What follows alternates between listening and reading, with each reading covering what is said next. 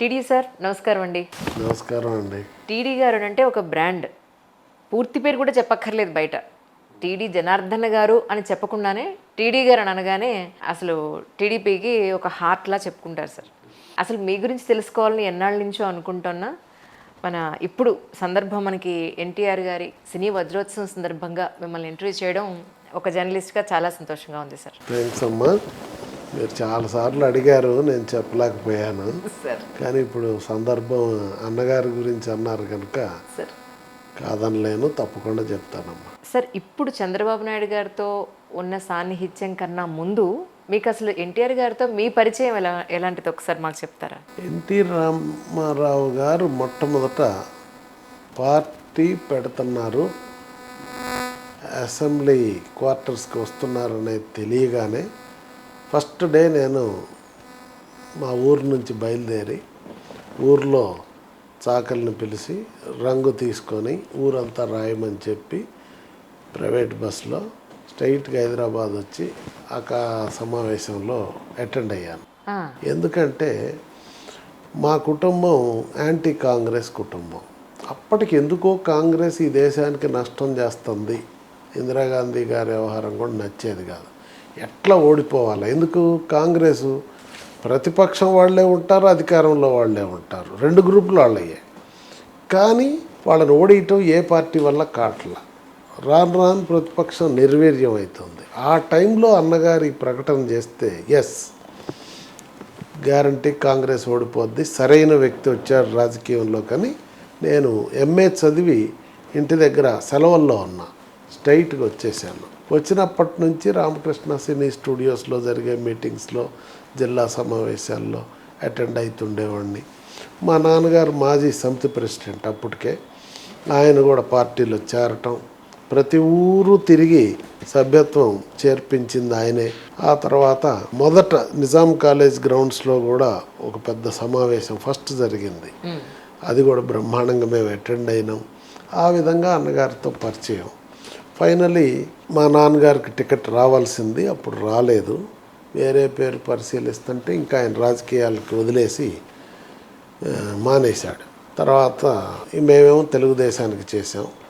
ఆ తర్వాత అన్నగారిని ఎప్పుడైతే దించేశారో అప్రజాస్వామికంగా, ఆ రోజు నుంచి బాగా యాక్టివ్ అయ్యి జిల్లా అంతా తెలుగు యువతలో ఉండి బంద్ చేయించడం కోసం జగ్గయ్యపేట నుంచి మచిలీపట్నం దాకా వెళ్ళటం జరిగింది. అప్పుడు ఉన్నటువంటి వారికి టికెట్ రాదనుకొని నేను మా బావగారు రఘురాం ఇద్దరం టికెట్ కోసం అప్లై చేస్తే అన్నగారు రఘురాంకి టికెట్ ఇచ్చాడు. ఇచ్చి మీరిద్దరు ఒకటే కదా, వారికి ఇచ్చాం, కలిసి చేసుకోండి అన్నారు. తెల్లవారుజామున రామకృష్ణ సినీ స్టూడియోలో భుజం మీద చేసి ఫోటో ఇచ్చి వెళ్ళమన్నారు, వెళ్ళిపోయాం. అప్పటి నుంచి పార్టీలో పనిచేస్తూ ఉండేవాడిని. మొట్టమొదట అన్నగారు ప్రభుత్వం వచ్చిన తర్వాత మళ్ళీ 85లో ఆయన ఒక శిక్షణా శిబిరాలు పెట్టారు ఆ గండిపేటలో రాజకీయ నాయకులందరికీ. ఆ శిక్షణా శిబిరంలో తొలి శిక్షణా శిబిరానికి నన్ను ఎంపిక చేశారు. ఎంపిక చేస్తే అప్పుడు వెళ్ళాను. ఆ తర్వాత అప్పటి నుంచే చంద్రబాబు నాయుడు గారితో కూడా నాకు పరిచయం ఏర్పడింది. పార్టీ పనులు బాగా చురుగ్గా చేస్తుండేవాడిని. చివరికి జిల్లా పరిషత్ ఎన్నికలు వచ్చినాయి, ట్రై చేసాం 95లో. జిల్లా పరిషత్ ఎన్నికల్లో మాకు జడ్పీటీసీగా పోటీ చేయమన్నారు, కానీ అన్నగారు చైర్మన్ వచ్చేవరకే మనకి రాలేదు అవకాశం. రాకపోతే అప్పుడు అడిగాం, బ్యాంక్ చైర్మన్ ఎన్నికలు వస్తున్నాయి అన్నగారు అంటే, బాబు గారికి కూడా అప్పుడు చెప్తే అన్నాడు, ఓకే ఇట్స్ ఆల్ రైట్, బ్యాంకుకి ట్రై చేయండి, ఈసారి ముందే చెప్పండి నాకు అన్నాడు. అప్పుడు దాకా బాబు గారితో అంత, ఎప్పుడైతే ఈ అవకాశం పోయిందో అప్పటి నుంచి లక్ష్మీపార్వతి గారి ప్రవేశం తర్వాత బాబు గారి దగ్గరికి మేము అయ్యాం. అప్పుడు దాకా అన్నగారే డైరెక్ట్గా. సరే అయిపోయింది. అప్పుడు అన్నగారిని అడిగితే ఆయన చూసి, చాలా నెమ్మదిగా ఉన్నావు, నెగ్గుకు రాగలవా జిల్లాలో అన్నాడు. అంటే ఈ నెమ్మది మీకు అప్పటి నుంచి ఉందా సార్? ముందు నుంచి తత్వం అంతే ఉంటుంది కదమ్మా. నేను అలా అనుకోలేదు, నిజం చెప్తున్నాను కదా. మిమ్మల్ని ఎన్నిసార్లు కలిసినప్పుడు రాజకీయాల్లోకి వచ్చిన తర్వాత ఇంత నెమ్మది అవ్వడం చాలా అవసరం అని అనిపించి మీరు అయ్యారేమో అని అనిపించింది. బట్ కానీ నిజమేలండి, మీరు చెప్పిన కూడా కరెక్టే. బ్లడ్లో ఉన్నది మనం అలవర్చుకుంటే వస్తుందా? అది ఒక టైం కాబట్టి ఒక టైం బయటికి రావాల్సిందే కదా. ఏమో నాకు అట్లా అయింది. అప్పుడు అన్నాడు, అంటే అన్నాను దండం పెట్టి, అన్నగారు ఒక అవకాశం ఇవ్వండి, మంచి పేరు తీసుకొస్తానండి అన్న. ఓకే చూద్దాం అన్నాడు. సరేనని వెళ్ళిపోయాను. వెళ్ళిపోయాక జిల్లాలో ఇక హేమీలందరూ నామినేషన్లు వేసాము, పెద్ద పెద్ద లీడర్లంతా. అప్పుడు శంకర్ సత్యనారాయణ గారు, వల్లభనేని బాబురావు గారు, అప్పటికే జిల్లా పార్టీ ప్రెసిడెంట్ ఆయన, అట్లానే సైకం అర్జునరావు గారు అవనిగడ్డ నుంచి, పండు, ఇంకా ఎర్నేని నాగేంద్రనాథ్ గారు అందరూ కోరుకుంటున్నారు, నేను కూడా కోరుకున్నాను. కానీ సాయంత్రం 4ంటికి సింహాద్రి సత్యనారాయణ గారు అప్పుడు మంత్రి ఫోన్ చేశాడు. నేను అక్కడంతా గ్రూపులు గొడవగా ఉంటే మచిలీపట్నంలో నామినేషన్ వేసి వచ్చి బెదవాడలో జిల్లా పరిషత్ గెస్ట్ హౌస్లో ఉన్నా. ఫోన్ చేసి ఆయన చెప్పాడు, ఏమయ్యా అన్నగారు ఫోన్ చేశాడు, నువ్వు ఎక్కడున్నావు ఏంటి అన్నాడు. బెదవాడలో ఉన్నా. నామినేషన్ వేసి బెదవాడ పోవటం ఏంటయ్యా నువ్వు అని అంటే, అన్నగారు డిసైడ్ చేసేది కదండి, అక్కడ ఉండి చేసేదే ఉంది అనుకున్నాను అన్నా. అంటే నీ పేరు చెప్పాడయ్యా, పూర్తి పేరు చెప్పాడు అన్నగారు, తొండపు దశరథ జనార్దన్కి ఇవ్వండి అన్నాడు, నువ్వు వచ్చాయి నెహ్రూ గారిని కలిసి అన్నాడు. నెహ్రూ గారిని కలిశాను, పొద్దున 5ంటికి రా 6ంటికి రా వెళ్ళిపోదాం అన్నాడు. సరే తీరా వెళ్ళాం. వెళ్ళిన తర్వాత ఇంకా అక్కడంతా అందరూ విత్డ్రా చేసుకొని ఇంకా మాకు అప్రతిహతమైన మెజారిటీ ఉంది పార్టీకి. 2 మా పట్ల జిల్లాలో కూడా అందరికి ఆమోదం ఉంది. అందుకే మిగిలిన వాళ్ళకి గ్రూపిజం ఉంది, కానీ నాకు రఘురామ్కి ఎవరి పట్ల అనుకూలత లేదు, వ్యతిరేకత లేదు, అందరు మనుషులుగా ఉంటాం. అందువల్ల నాన్నగారు మమ్మల్ని సెలెక్ట్ చేశాడు, నన్ను. సో మిగిలిన వాళ్ళంతా విత్డ్రా చేసుకున్నారు. కాంగ్రెస్ పార్టీ వాళ్ళు కూడా విత్డ్రా చేసుకున్నారు. ఏకగ్రీవంగా కృష్ణా జిల్లా బ్యాంక్ చైర్మన్గా ఎన్నికయ్యారు. ఇప్పటికీ అప్పటికి 100 సంవత్సరాల చరిత్ర ఉంది ఆ బ్యాంకుకి. నేను ఒక్కడనే, నాకు ఒక్కడికే అవకాశం వచ్చింది అన్నగారి దయ వల్ల. అలా అన్నగారితో పరిచయం అమ్మ. మేము ఏది అడిగినా కూడా నేను రఘురామ్ వెళ్ళి ఆయన డైరెక్ట్గా మాకు అన్ని పనులు చేసేవారు. ఒక అభిమానిగా వచ్చారు. ఒక మంచి మార్పు కోసం మీరు ఆ రోజున ఒక విద్యార్థి దశలోనే ఎన్టీ రామారావు గారిని కలవాలి, ఆయనకి సపోర్ట్ చేయాలని వచ్చారు. ఆయన దృష్టిలో మీరు ఎలా పడ్డారు అంటే ఏం చెప్తారు సార్? ఎందుకంటే ఎంతోమంది అభిమానులు, ఎంతోమంది విద్యార్థులు వచ్చి ఉంటారు కదా, అందులో మిమ్మల్నే చూస్ చేసుకోవడానికి కేవలం ఇంటెలిజెన్స్ ఇన్ఫర్మేషన్ అమ్మా. ఒకటి, నేను పార్టీకి అకుంఠిత దీక్షతో పనిచేస్తాను అనేది తెలుసు.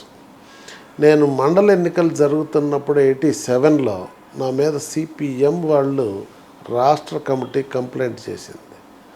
జగ్గయ్యపేటలో ఈ జనార్దన్ అని ఉన్నాడండి, చాలా ఇబ్బందిగా ఉంది మాకు రాజకీయం, ఎందుకంటే అక్కడ కమ్యూనిస్టులు ఉన్నారు మా ఏరియాలో ఆ కాలంలో ఉంటే, వాళ్ళకి మండల అధ్యక్షుడు ఇచ్చాము మేము. ఇస్తే ఉపాధ్యక్షులు మాకు ఇవ్వాలి ఆటోమేటిక్గా. ఆ టైం వచ్చే వరకు వాళ్ళు కాంగ్రెస్తో కలిసి మాకు పోటీ పెట్టేశారు. పెడితే నేను చాలా నిర్దాక్షిణ్యంగా పార్టీ కోసం పనిచేశాను. అది వాళ్ళు సహించలేక పైన చెప్తే అన్నగారు ఆగ్రహంతోనే పిలిపించారు. పిలిపించి ఏమది అన్నారు. అంటే ఇంటెలిజెన్స్ రిపోర్ట్స్ అవి చూసి పార్టీ కోసమే పనిచేశాడు కానీ వేరే రకంగా ఏమీ లేదంటే, okay brother, if it is in the party interest okay అని ఎగ్జానరేట్ చేశాడు.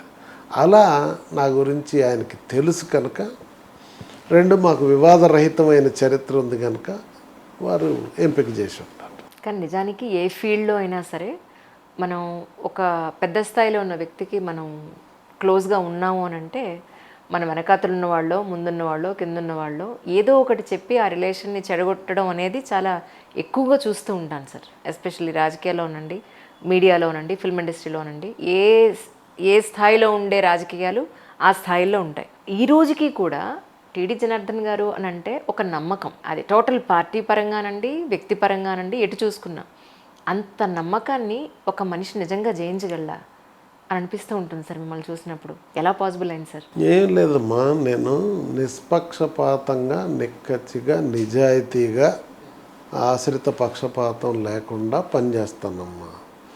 నిజం, న్యాయం అని నమ్మిన దాన్ని అమలు చేస్తాను, కమ్ వాట్ మే. అంతకుమించి నా దగ్గర వేరే ఏం లేదు.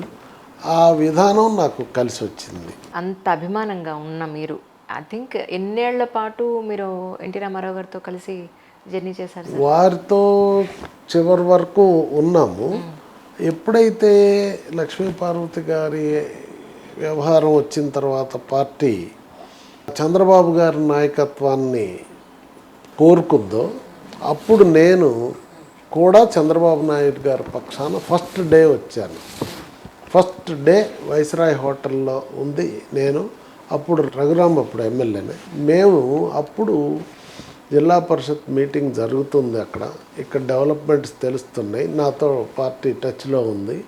మేము అక్కడ నుంచి మెజారిటీ ఎమ్మెల్యేలందరినీ తీసుకొని వైస్రాయ్కి వచ్చి అక్కడి నుంచి ఆ రోజు నుంచి బాబు గారితో సన్నిహిత పరిచయంతో కొనసాగుతున్నాం. ఎన్టీ రామారావు గారి భాష చాలా అద్భుతంగా ఉంటుందని విన్నాం. అన్ఫార్చునేట్లీ ఆయన హయాంలో మేము ఇంకా చిన్నపిల్లల్ని చదువుకుంటున్నాం కాబట్టి ఆయన కలిసే అవకాశం కానీ, ఆయన ఈ విధంగా మా జర్నలిజంలో ఒక ఎంట్రీ చేసే అవకాశం కానీ అంతటి మహద్భాగ్యం మేము నోచుకోలేదు. కాబట్టి మీ నుంచి కొన్ని విశేషాలు తెలుసుకోవాలని అనుకుంటున్నాను. ఆయన్ని చూడటమే ఒక అదృష్టం అమ్మ. ఒక అనుభూతి, ఒక స్పిరిట్ ఉంటుంది ఆయన చూపులో కానీ, మనిషిని కానీ పలకరిస్తే ఎక్కడ లేని ఆప్యాయత, ప్రేమ మర్చిపోలేము. ఇంకా అది జీవితాంతం మన మనసులో ముద్ర ఉంటుంది. మీరు సమాజంలో ఎవరినైనా అడగండి, అన్నగారితో కలిసిన వాళ్ళు కానీ ఆయన పలకరింపు నోచుకున్న వాళ్ళంతా కూడా గుర్తు చేసుకుంటారు. అది భగవంతుడు ఆయనకి ఇచ్చినటువంటి వరం అంతే. అందుకే కదా ప్రజలందరూ సమ్మోహితులైపోయారు ఇప్పటికీ అప్పటికీ. చూడండి, అన్నగారు మనకి దూరం అయ్యి 25 సంవత్సరాలైంది. 25 సంవత్సరాల తర్వాత గత సంవత్సరం మనం అన్నగారి 100వ జయంతి నిర్వహించాం. అవును సార్. నిర్వహిస్తే ప్రపంచంలో 100 దేశాల్లో తెలుగు రాష్ట్రాలు రెండింటిలో ప్రతి ఊర్లో ప్రతి వ్యక్తి గుండెలో సెలబ్రేట్ చేసుకున్నారు. అంటే అది అన్నగారి పట్ల ప్రజలకున్న మమకారం, ఆయన సమాజం మీద వేసిన ముద్ర ప్రతి మనిషి మనసులో. కానీ 100 సంవత్సరాల చరిత్ర ఎంతోమంది ప్రపంచ నాయకులకి జరిగింది, ఇంక్లూడింగ్ గాంధీ గారు, నెహ్రూ గారు, ఇంకెవరెవరికో. ఎన్ని దేశాలన్నా మీరు చూడండి. ప్రజలకు దూరం అయిన 25 సంవత్సరాల తర్వాత ఇంత గొప్పగా సెంటనరీ జరిగినటువంటి నాయకుడు ప్రపంచంలో ఇంకొకడు లేరంటే అతిశయోక్తి కాదు, చరిత్ర చెబుతుంది, ఇది సత్యం. అవును. కానీ ఆ సందర్భంగానే కదా మీరు స్టేజ్ మీద అన్నగారిది 100 ఎత్తుల విగ్రహం అని మీరు అన్నారు. ఎంతవరకు వచ్చింది సార్? ఏమిటి దాని పరిస్థితి? అవునమ్మా, ఈ మొట్టమొదట అసలు అన్నగారి యొక్క సెంటనరీని ఇంత పెద్ద ఎత్తున నిర్వహించటానికి కారణం నేనేంటంటే అన్నగారు చేసిన పనులు నిశితంగా పరిశీలించేవాడిని. సమాజానికి ఆయన ఏం చేశాడు, రాజకీయంగా ప్రభుత్వాన్ని ఎలా నడిపారు, పార్టీని ఎలా నడిపారు, ఇదంతా నాకు ఆసక్తి. చూస్తే నాకు అనిపించింది 100 సంవత్సరాల చరిత్ర అయిన సందర్భంగా ప్రజల్లో రాబోయే జనరేషన్స్కి అన్నగారి భావజాలం తెలియచెయ్యాలి అనేది నాకు కలిగి బాబు గారితో చెప్పాను, సార్ ఈ సంవత్సరం 40 సంవత్సరాల పార్టీ చరిత్ర, 100 సంవత్సరాల అన్నగారి చరిత్రని రెండు సెలబ్రేట్ చేస్తే బాగుంటుంది సార్ అంటే, సార్ బాబు గారు ఓకే గుడ్ అని చెప్పేసి ఆయన ఎంకరేజ్ చేశాడు. పాలిట్ బ్యూరోలో పెట్టారు, దాన్ని ఆమోదించారు. ఆ తర్వాత నేను ఇలా చేద్దాం అనుకుంటున్నానండి. మేము ఒక 15 మంది మిత్రులు, అన్నగారంటే అభిమానం ఉన్నటువంటి, ఇంతకుముందు ఎవరెవరు ఎట్లా జాయిన్ అయ్యారు మాతో అన్నీ చెప్పాను కాలక్రమేణా. అయితే 15 మంది మిత్రులను కలిసి ప్రతి వారం మేము కలుస్తుంటాం. ఇక్కడ ఇదే రూమ్లో కలిసి ఫర్దర్గా ఏం చేయాలి అనేది ఆలోచిస్తుంటాం. అందులో భాగంగా ఫస్ట్ అన్నగారి గురించి నేను మొట్టమొదట ఒక్కడిగా పొలిటికల్గా ఆయన చేసిన పనులన్నీ హైలైట్స్ ఒక 30 అంశాలని లిస్ట్ అవుట్ చేసి రోజు ఒక స్నిప్పెట్ పెట్టేవాడిని. ఎందుకంటే ఈ కాలంలో పుస్తకాలు చదవటం తగ్గింది, ఒక్కొక్కటైతే ఒక్కొక్క రోజు ఒక కాన్సెప్ట్ బాగా ప్రజల్లోకి వెళ్ళుద్ది, చర్చ జరుగుద్దని మొదలుపెట్టాను. ఆయన చేసిన మహోన్నతమైన పనులు చూస్తే మీరు 2 అంశాలమ్మ. ఆయన సినిమాలో పనిచేశాడు, 2 రాజకీయంగా పనిచేశాడు. సినిమాలలో నా అభిప్రాయం మీరు ఆలోచించండి, ప్రపంచం కూడా ఆలోచించాలా. సినిమాల్లో నేనంటాను ఎన్టీ రామారావు గారిని మించిన సినిమా యాక్టర్ ప్రపంచ చలనచిత్ర పరిశ్రమలో ఇంకొకరు లేరు, నెంబర్ 1 వారే అంటున్నాను. ఎందుకంటున్నానంటే ఎవరైనా ఇతర హీరోలు ఉంటే ఒక లైన్లో వాళ్ళు నైపుణ్యం ఆధిపత్యం ఉంది, కానీ ఆల్రౌండ్ నైపుణ్యం ఆధిపత్యం ఉన్నటువంటి నటుడు ఇంకొక ఆయన లేడు. వీరిలో హీరోగా మెప్పించాడు, ప్రతినాయకుడి పాత్రలో కూడా మెప్పించాడు. నాయకుడి పాత్ర ప్రతినాయకుడి పాత్ర 2 పోషిస్తే రెండిట్లో ఏది గొప్పగుంది మీరు తేల్చగలరా? శ్రీకృష్ణుడి పాత్ర ధరించాడు, దుర్యోధనుడు ధరించాడు, ఒకే సినిమాలో నటించాడు. ఈ రెండిటిల్లో దేన్ని మనం కొలవగలం చెప్పండి? అలా చేయటం ఒక మానవ మాత్రుడికి సాధ్యమా? అలా ఇంకా అన్ని రాముడు రావణుడు లైక్ దట్ చేశాడు. ఇది పౌరాణికం.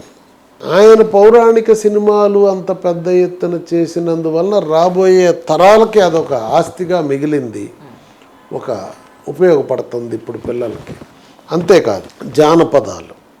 ఆ కాలంలో ఏమనేవారు, తొలుత కాంతారావు గారు బాగా చేస్తాడు జానపదంలో అని. జానపద చిత్రాల్లో కూడా అన్నగారు మెప్పించాడు కదా, అధిగమించాడు కదా. మీరు పాతాళ భైరవి ఏంటి, ఇంకా అనేక సినిమాలు ఉన్నాయి. ఓకే, దీనిలో తారాస్థాయికి వచ్చాడు.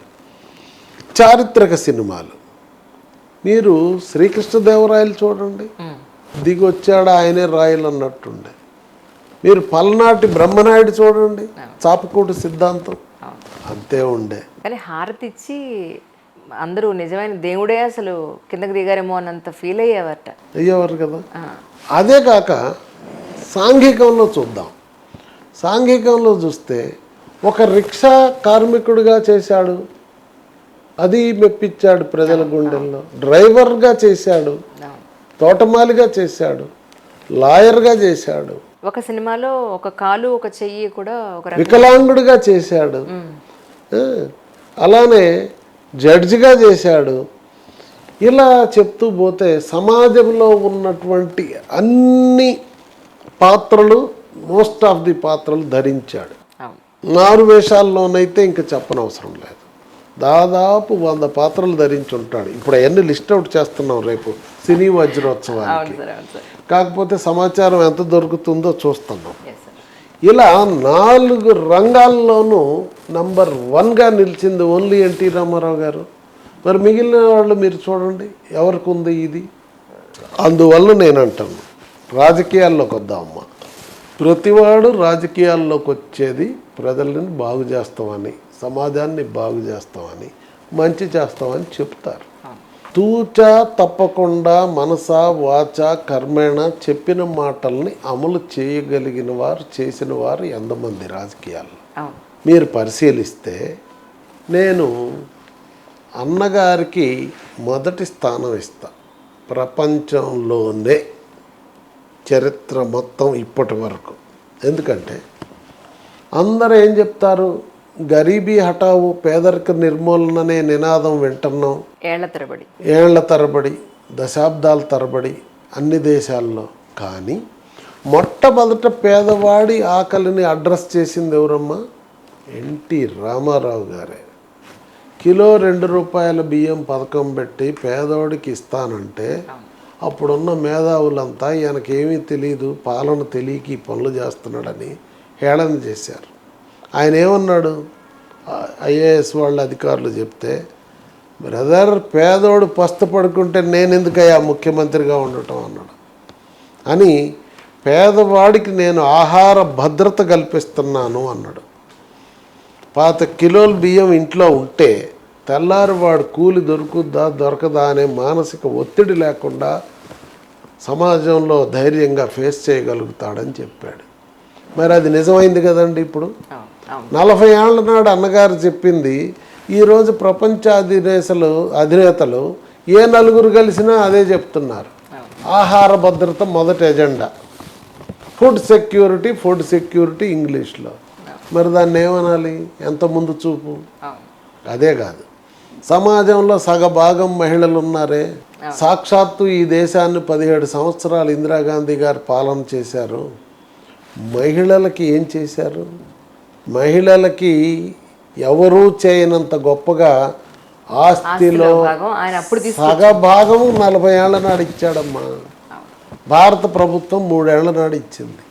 మరి ఇదెంత ముందు చూపు. నా తెలుగింటి ఆడపడుచులు అని నోరారా పిలుస్తుడు. ఆ పిలుపులోనే ఎంత ప్రేమ ఉంది, ఎంత అంకితమైన భావం ఉంది.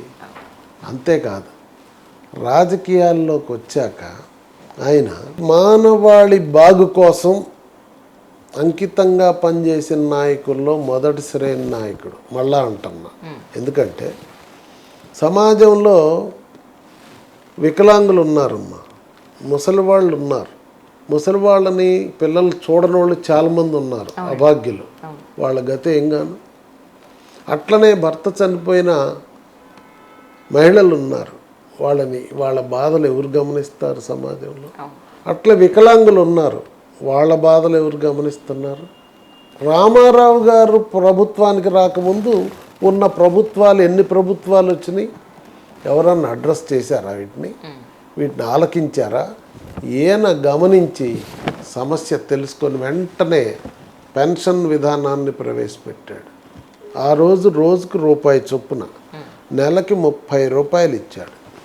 ఇస్తే ఆ తర్వాత ఇప్పుడు ప్రభుత్వాలన్నీ కూడా పెన్షన్ రాజకీయాలే చేస్తున్నారు. ఇప్పటికి ఇవ్వాల్సిన అవసరం వస్తుంది. సమాజంలో అవకాశాలు రాని వాళ్ళకి మరి ప్రభుత్వం ఆదుకోవాల్సి వస్తుంది. ఆదుకుంటున్నారు. అది సత్యం అనేది ఎప్పుడు చెప్పాడు? అంతకుముందు చెప్పాడు, 40 ఏళ్ల నాడు. ఈ ఆల్టికి ఇవన్నీ అమలు జరుగుతున్నాయి కదా.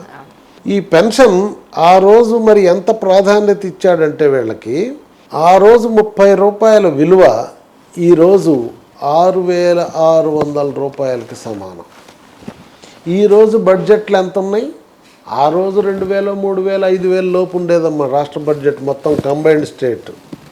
అట్లాంటి దాంట్లో 30 రూపాయలు ఇస్తే ఈరోజు 3 లక్షల కోట్ల దాకా వస్తుంది బడ్జెట్. 6,000 ఇవ్వగలుగుతున్నాయి ఆ ప్రభుత్వాలు. ఇప్పటికీ బహుశా భారతదేశంలో అత్యధికంగా ఆంధ్రప్రదేశ్లో చంద్రబాబు నాయుడు గారు ఇస్తున్నారు 4,000. ఇక్కడ కాంగ్రెస్ ప్రభుత్వం 3,000 ఇస్తుంది. మరి 6,000 ఇవ్వలేకపోతున్నారే. అంటే పేదవాళ్ళ పట్ల ఆయన కమిట్మెంట్ ఏంటి?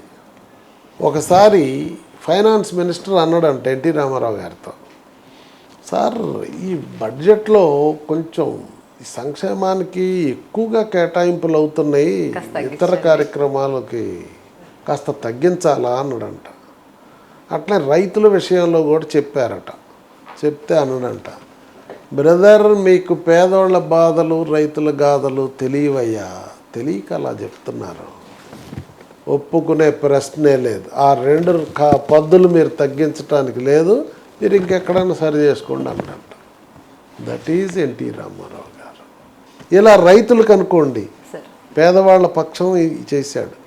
ఇంకా ఏం చేశాడు? పేద పిల్లలు చదువుకోవటానికి పెద్ద ఎత్తున హాస్టల్స్ ఏర్పాటు చేశాడు, 100లాది సంక్షేమ హాస్టల్స్. అంతేకాదు, గురుకుల పాఠశాలలు పెట్టాడు. పాఠశాలల్లో అత్యాధునికమైన చదువు వసతులు ఇచ్చాడు. ఆ గురుకుల పాఠశాలలో ఉన్న వసతులు ఇవాళ నారాయణ చైతన్యాలు ఎట్లున్నాయో అట్లుండే ఆ కాలంలోనే.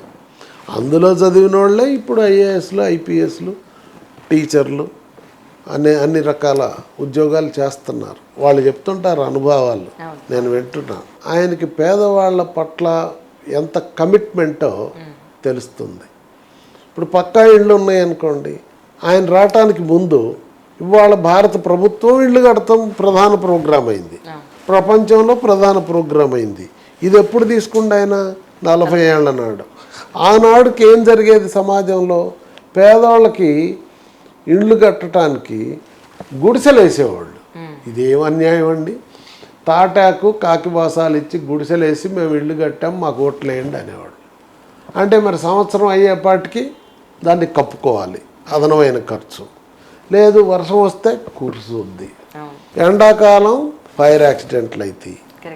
ఏంటి పేదలకి ఈ దౌర్భాగ్యం ఎందుకని అన్నగారు పక్కా ఇండ్లు కట్టాలి, మనం బిల్డింగ్లో ఎందుకు ఉండాలి, వాళ్ళు గుడిసెలో ఎందుకు ఉండాలని ఖచ్చితంగా వాళ్ళందరి కోసం పక్కా భవనాలు కట్టి. ఈ పథకాలన్నీ కూడా 40 ఏళ్ల క్రితమే పురుడు పోసుకున్నాయి. అయితే ఈ పక్కా ఇళ్ల విషయంలో ఒకటి ఉంది. ఈనాడులో ఒక కార్టూన్ వేశారు. ఆయన సంవత్సరానికి 1,00,000 ఇండ్లు కడతానంటే కార్టూన్ వేసి ఇదేమన్నా విట్లాచార్య సినిమానా, ముఖ్యమంత్రి గారు పేదోడికి ఊళ్ళల్లో ఎట్టగడతాడు ఇళ్ళు అని. అప్పటికి ఈ ఆచారం లేదు కదా. 1,00,000 కాదు 5 లక్షలు కట్టి చూపించండి ఎన్టీ రామారావు గారు. అలా చెప్తా పోతే చాలా ఉన్నాయి. సంక్షేమానికి ఇంత పెద్దపీట వేసింది అన్నగారు. అంతేకాదు రైతులకు కూడా, దేశానికి అన్నం పెడుతున్న రైతు, ఆయన భూమి మున్సిపు కర్ణం పటేల్ పట్వారీ పెత్తనం ఏంటండి, బ్రిటిష్ వాళ్ళు పెట్టిపోయారు, స్వతంత్రం వచ్చింది, మనం మార్చుకోవాల్సిన పని లేదా మనకు అనుకూలంగా? కరణీక వ్యవస్థ ఎవరన్నా దృష్టి పెట్టారా పాలకులు అంతకుముందు? ఆయన ఏమన్నాడు, రైతు పొద్దునే ఆయన భూమి యొక్క వివరాలు తెలియాలంటే పటేల్ ఇంటికో పటవారింటికి పోవాలి, లేదు మున్సిపల్ కర్ణం దగ్గరికి పోవాలి. ఆ దొర బయటకు వచ్చిన దాకా వెయిట్ చేయాలి. ఆయన వచ్చిన తర్వాత ఇస్తే ఇచ్చినట్టు, ఇవ్వకపోతే మళ్ళా రేపు రావాలా. సో వ్యక్తి చేతిలో ఉంటే అది మిస్యూజ్ అవుతుందన్న పాయింట్. ఆయన అన్నగారు ఏమన్నాడు, కరణి వ్యవస్థే వద్దన్నారు. రైతు భూమి మీద వేళ్ల పెత్తనం ఏంటి, వాళ్ళకి పర్మనెంట్గా పట్టాదారు పాస్ పుస్తకాలు ఇవ్వాలన్నాడు. ఇచ్చేసాడు పట్టాదారు. మా తాతయ్య గారు మల్లేశ్వరం కరణం గారు సార్. అప్పుడు ఇది చేసినప్పుడు ఆయన కూడా అనుకున్నారు కరణీకాలు తీసేశారమ్మా అని. అవును. రైతుల విషయానికి వస్తే రామారావు గారు మొట్టమొదటి రైతాంగ పక్షపాతిగా, పేదల పక్షపాతిగా ఎంత చేశాడో అంతే ప్రాధాన్యత రైతులకు కూడా ఇచ్చాడు. ఎందుకు? దేశానికి అన్నం పెట్టే రైతు యొక్క బాగోగులు ప్రభుత్వం పట్టించుకోవాలని ఆ రైతుల మీద, వాళ్ళ భూముల మీద పెత్తనాన్ని తీసేశాడు. పటేల్ పట్వారీ మున్సిపల్ కర్ణం వ్యవస్థ రద్దు చేసి పర్మనెంట్గా పట్టాదారు పాస్ పుస్తకం ఇచ్చిండు. పాస్ పుస్తకం తీసుకొని పోతే లోన్లు ఇచ్చే విధానం ప్రవేశపెట్టిండు. అంతేకాదు బ్రిటిష్ వాళ్ళు ఏం చేశారు, భూమి మీద శిస్తేశారు, పన్ను.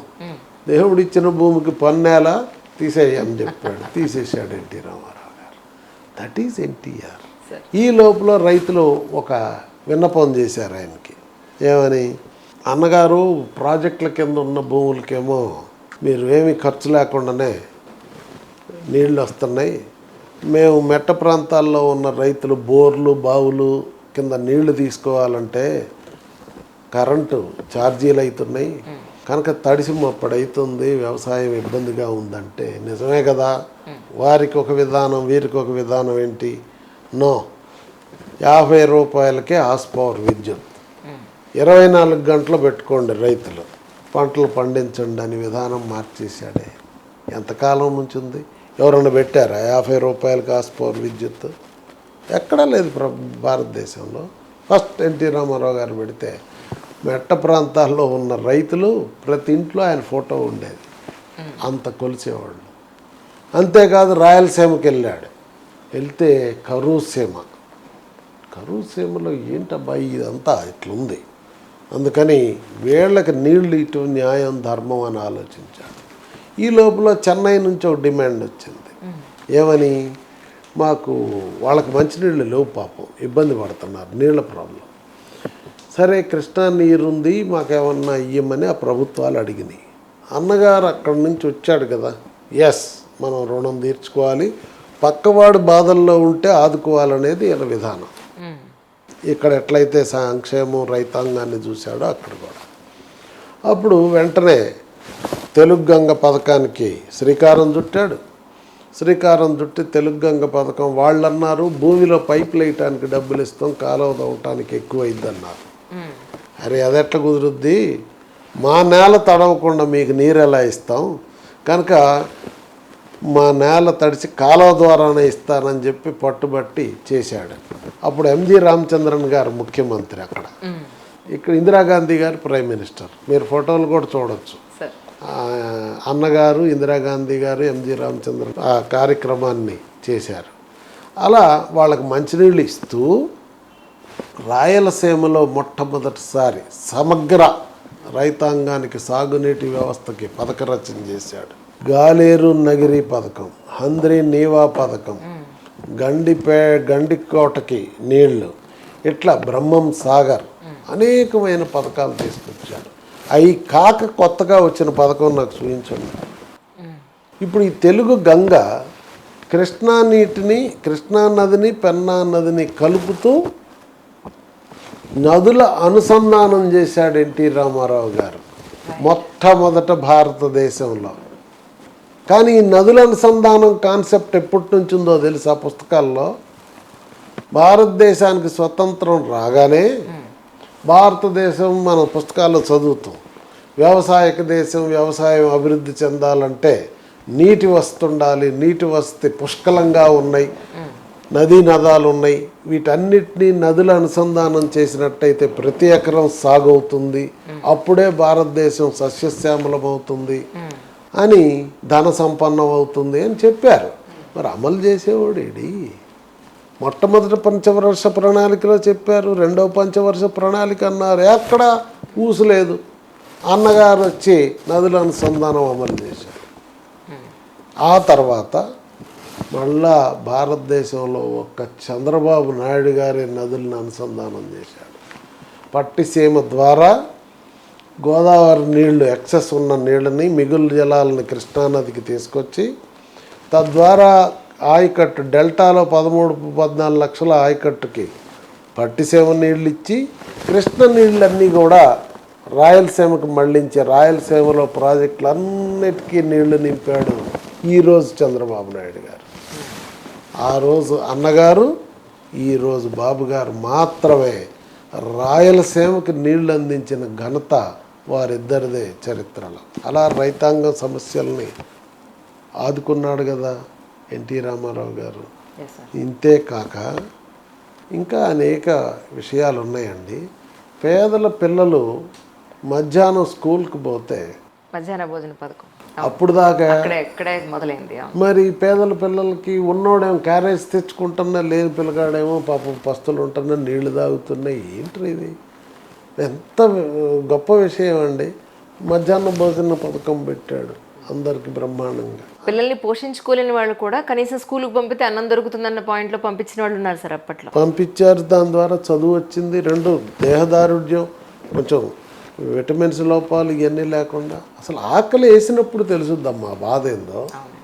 నిజంగా ఆకలి వేసినప్పుడు, అన్నం దొరికినప్పుడు తెలుసుద్ది ఆ మ్యూజిక్ మనుషులకి. నిజంగా అది ఊహించుకుంటే భయంకరంగా ఉంటుంది. అట్లా మరి ఇక రాజకీయ వ్యవస్థను కూడా మార్చాడు ఎన్టీ రామారావు గారు. మాలాంటి వాళ్ళకి ఇందాక మీరు అడిగారు అవకాశం ఎట్లా వచ్చిందని.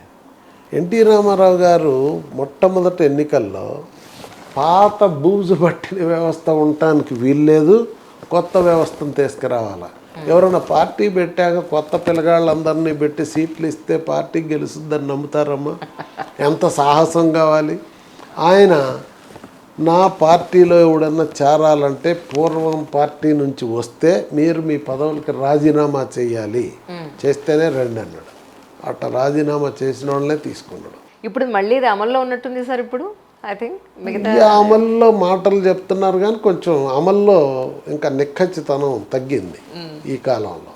అప్పుడు ఆయన ఖచ్చితంగా కంబాట్మే మాట అన్నాడంటే తెగి పడాల్సిందే, అమలు జరగవలసిందే. అట్లా 294 సీట్లున్న శాసనసభలో దాదాపు 2 వంతుల సీట్లు చదువుకున్న గ్రాడ్యుయేట్స్కి, పోస్ట్ గ్రాడ్యుయేట్స్కి, డాక్టర్లకి, లాయర్లకి, ఇట్లా మరి విద్యావంతులందరికీ సీట్లు ఇచ్చాడు. సార్ ఐ థింక్ ఇప్పుడు మీరు ఈ మాట అంటే నాకు ఒక విషయం గుర్తొచ్చింది. 2024 ఎలక్షన్స్ అప్పుడు కూడా we felt the same thing. మొన్న ఎలక్షన్స్కి నిలబడ్డ టీడీపీ నుంచి పోటీ చేసిన ప్రతి ఒక్కరూ వెల్ ఎడ్యుకేటెడ్, చాలా విద్యావంతులతో పాటు జ్ఞాన సముపార్జన చేసిన వ్యక్తులనే నిలబడ్డారు ఎన్నికల పోటీలో. బాబు గారు అదే వారసత్వం పుణికిపుచ్చుకొని దాన్ని ఆ ప్రయోగం చేశారు మొన్న. Yes sir. అందుకే మాకు కూడా ఫలితాలు బాగా వచ్చినాయి. అవును సార్. ఉదాహరణకి పెమ్మసాని గారు మీరు తీసుకున్న, శ్రీభరత్ గారిని తీసుకున్న, చూడండి అనేక మంది ఉన్నారు యువకులు, కొత్త వాళ్ళని ప్రోత్సహించాడు బాబు గారు, కమింగ్ జనరేషన్స్ని. అయితే ఆ రోజు అలా కొత్త జనరేషన్ని తీసుకురావటమే కాకుండా సంపన్నులు డబ్బులున్న వాళ్ళ కోసం ఆయన చూడలా, క్యారెక్టర్ ఉన్న వాళ్ళని చూశాడు, పెట్టాడు. ఎవరైనా అడిగితే ఏమండి ఎన్నికలకి నేను వస్తా బ్రదర్ వెళ్ళు మీటింగ్ పెట్టుకోండి అనేవాడు. అంతే, ఓ బహిరంగ సభ పెడితే ఆ నియోజకవర్గం అంతా ఒక ఉర్రోతలు ఊగేది, ఫినిష్, ఎలక్షన్ డిక్లేర్ అయిపోయాయి. అలా జరిగే ఆయన సభలు. అసలు ఆయన సభలకు వచ్చిన మనుషులను చూస్తే ప్రపంచ చరిత్రలో ఒక రాజకీయ నాయకుడి సభలకి అన్ని కోట్ల మంది ఎవరికి వచ్చి ఉండరు, అది కూడా ఒక చరిత్రే. ఆయన ఒక మీటింగ్ పెడితే మాకు బాగా గుర్తు సార్. మేము 4th, 5th చదువుతున్నాం. రావులపాలెంలో ఆయన ఒక బస్ మీద వచ్చారు. బస్ మీద నుంచి ఎన్టీ రామారావు గారు స్పీచ్ ఇస్తూ ఉన్నారు, ఎల్లో కలర్ బట్టలు వేసుకుని.